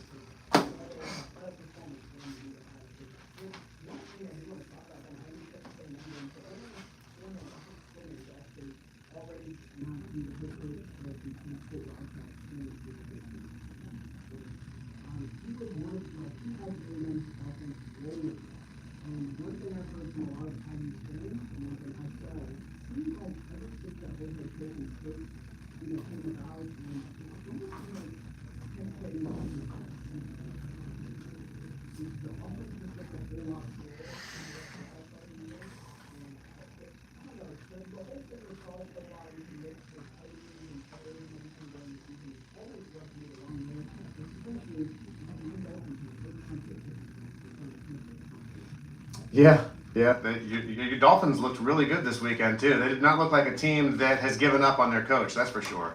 You know, not to make any assumptions, Brady, I have also heard about the flip-flop, Texas A&M being a likely destination for Jace Brown.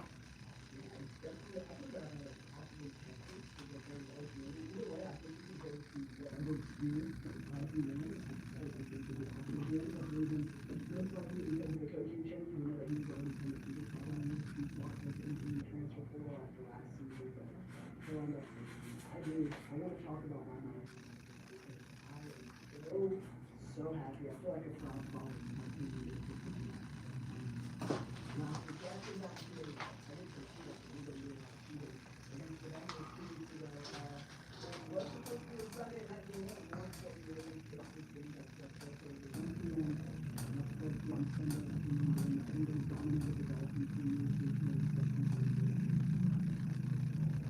I saw flashes of what good quarterback in that performance. I was very happy with the guy.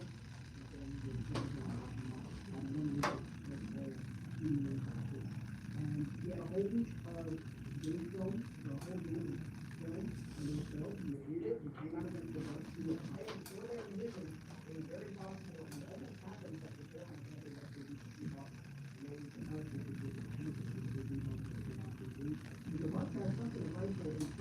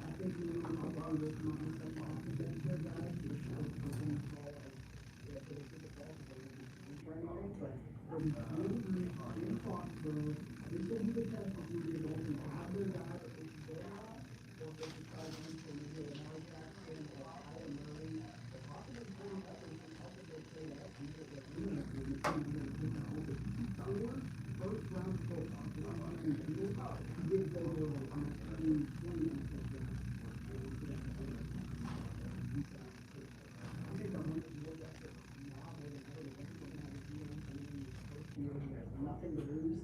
I'm really excited about this offseason.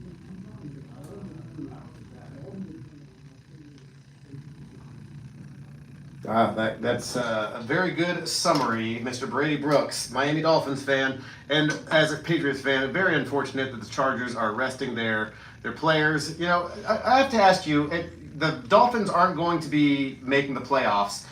Do you, do you always root for them to win in these end of the season games, or is there a part of you that kind of hopes that maybe they could get a higher draft pick with a loss? How do you, as a fan, navigate that?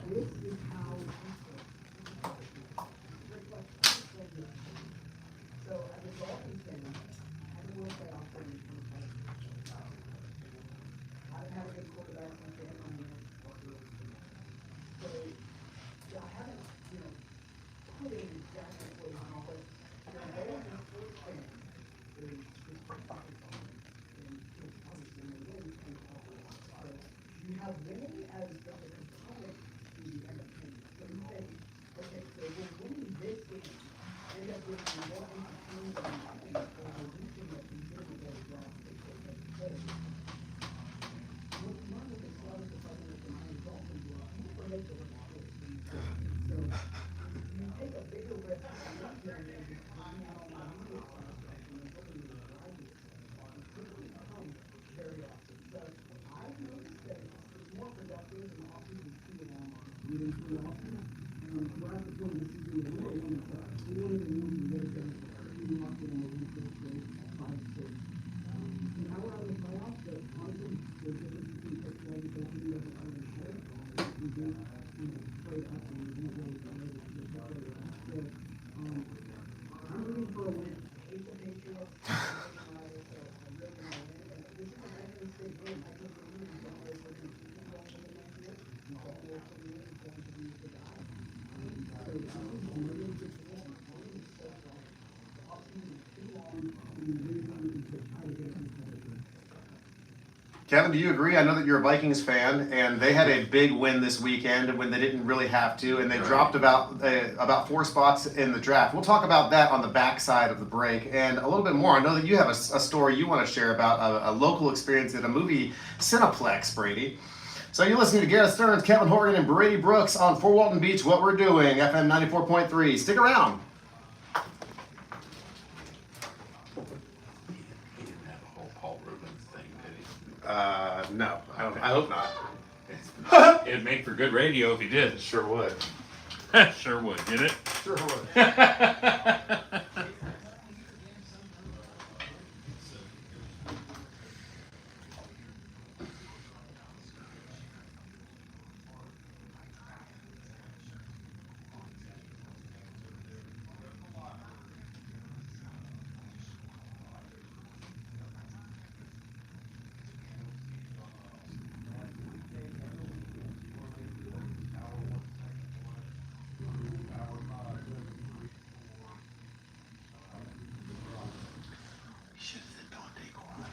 You what? We should have said Dante Core like Sandy Brady. Cool. Dante Cole. Why isn't it Correa?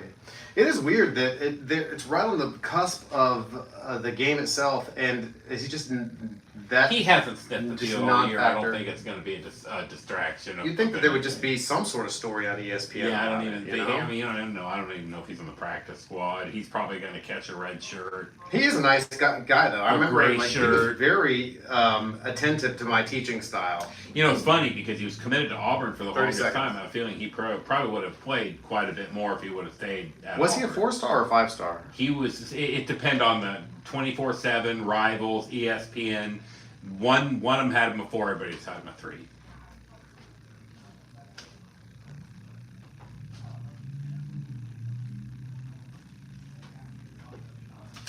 If anybody does not have any plans tomorrow, Choctaw Boys basketball will be playing in the Northwest Florida or the Playground Area Shootout. The first game will be against Pensacola High School at 2:30. The second game will be against St. Martin, Louisiana at 5:30. So please go out and support The Indians, they have a first-year head coach and only one player back from last year's team, and a very promising 6-4 record for their top three scores to be freshman and sophomore. Where are you reading that? I'm not. Oh. That's my hometown. I just know it. Basketball's my favorite sport.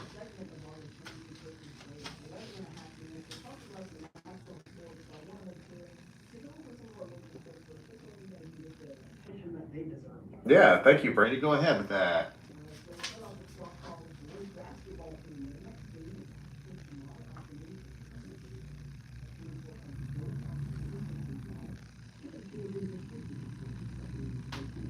Next up is our boys soccer team. Their next game is Monday at 7 p.m. 10 games against the FWB Vikings, who are 2-1.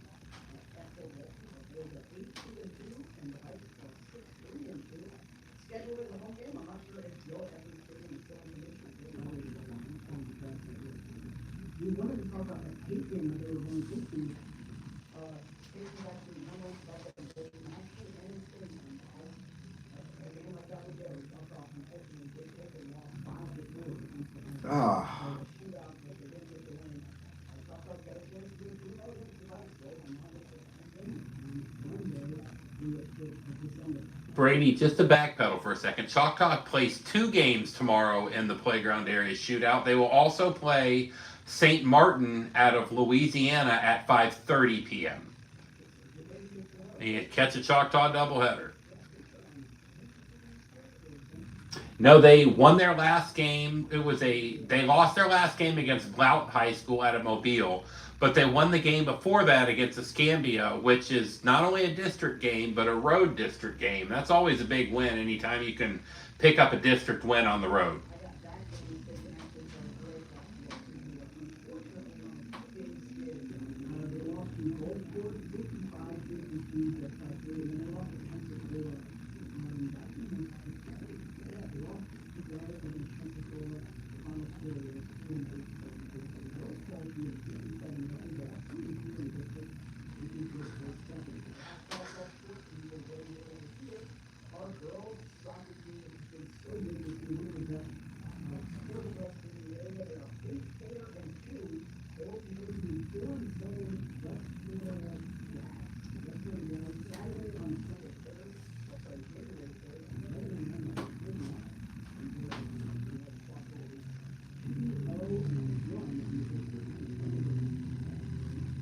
Yeah.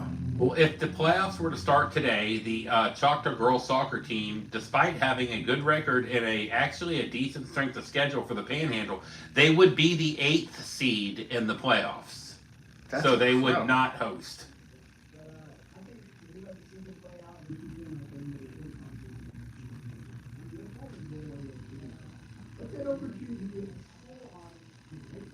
Yeah, it's over on Wright Parkway, or it was last time I checked.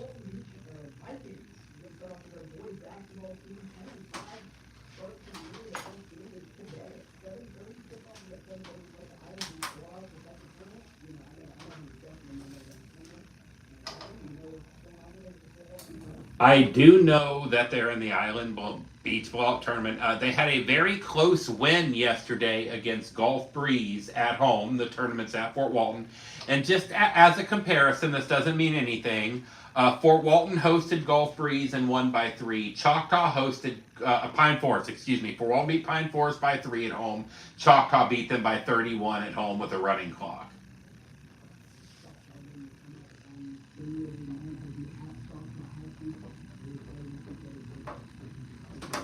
What does the margin of victory need to be for the running clock to go in basketball? It's the same as football. It's 35. Okay.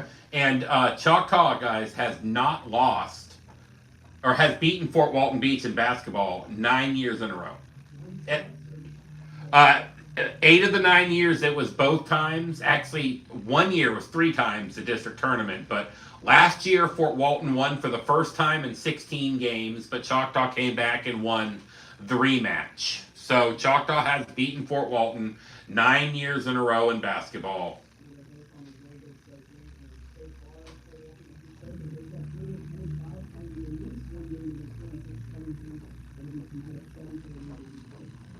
And that'll be on the NFHS network, as will Choctaw's tournament, if anybody's interested in tuning in.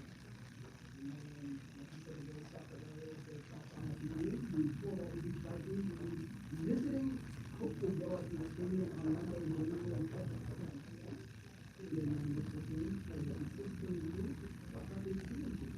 So do they play at Meg's if Choctaw's not ready, Brady? That would be really interesting if they did. Because I know Choctaw, my sister's office, you can see Meg's football stadium. And I know Choctaw did, I don't know if it's boys or girls, they did play Crestview in a soccer game this year at Meg's.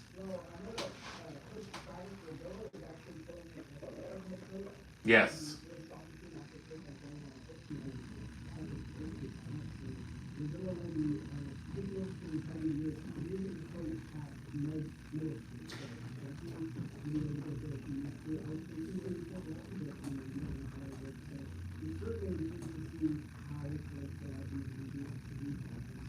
And Brady, if this is something you've already talked about, maybe, but if I heard correctly, now Choctaw boys soccer did lose their best player to a torn ACL for the season. Am I correct about that?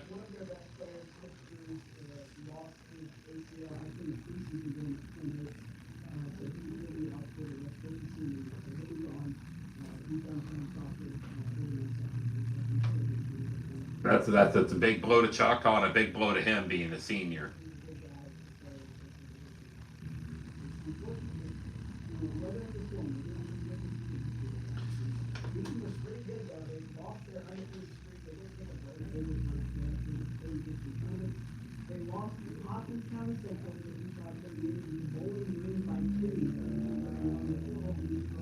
Oh. Close to the college game.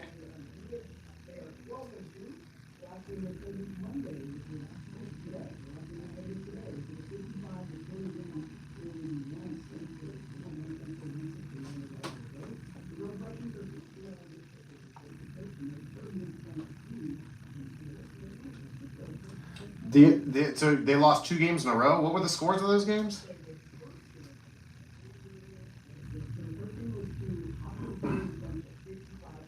Wow.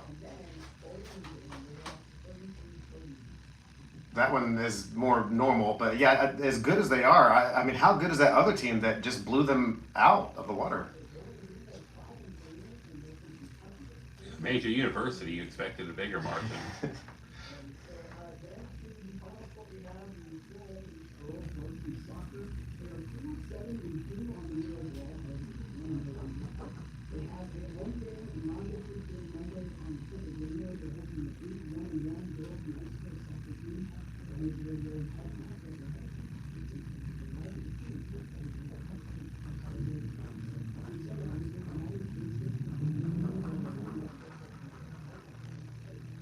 That's the only thing that gets you into the playoffs are district games.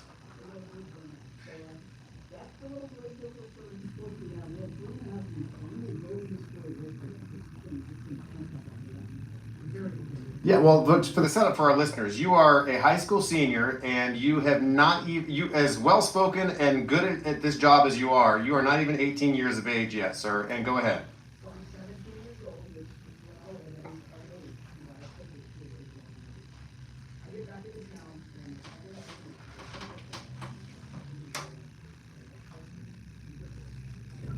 Saw the preview last night.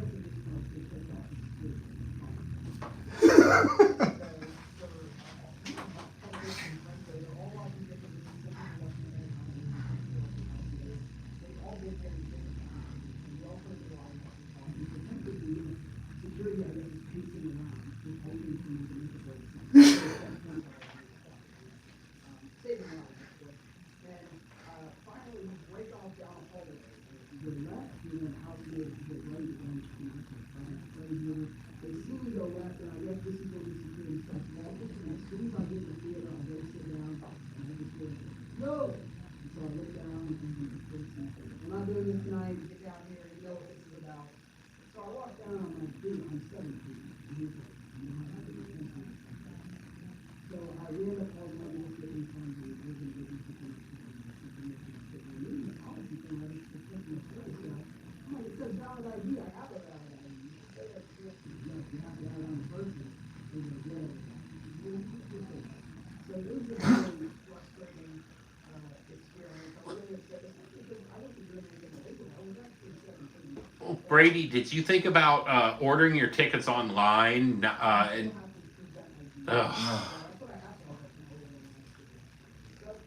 couldn't end up doing it. I hope that this whole show was as entertaining as the way that I did for you guys. We'll be back again tomorrow, 3 to 5. What we are doing. Thank you for tuning in. You guys spend time with us and doing good. Have a wonderful rest of the night. And do not get Brady a fake ID. All right, thanks everyone for tuning in. That was I was entertained. If you want to get Brady a fake ID, you can. Well, he didn't need one. It was a legal ID. He just needs to remember to. Well, see, there's a barcode on the back on a lot of places. Scan it. I know this working in retail. AMC gets it, puts a flash. They put a flash that didn't work. Yeah, but that sounds like the old days when they were laminated. And Yeah, you could yeah. Yeah. You stick a flashlight up to it and see if it. Did you say flashlight? No, I said you stick a flashlight up to it and see if it meets the standards and practices. Gotcha. Well, let's go say hi to Brady, or bye to Brady. Brady, do you want to say bye to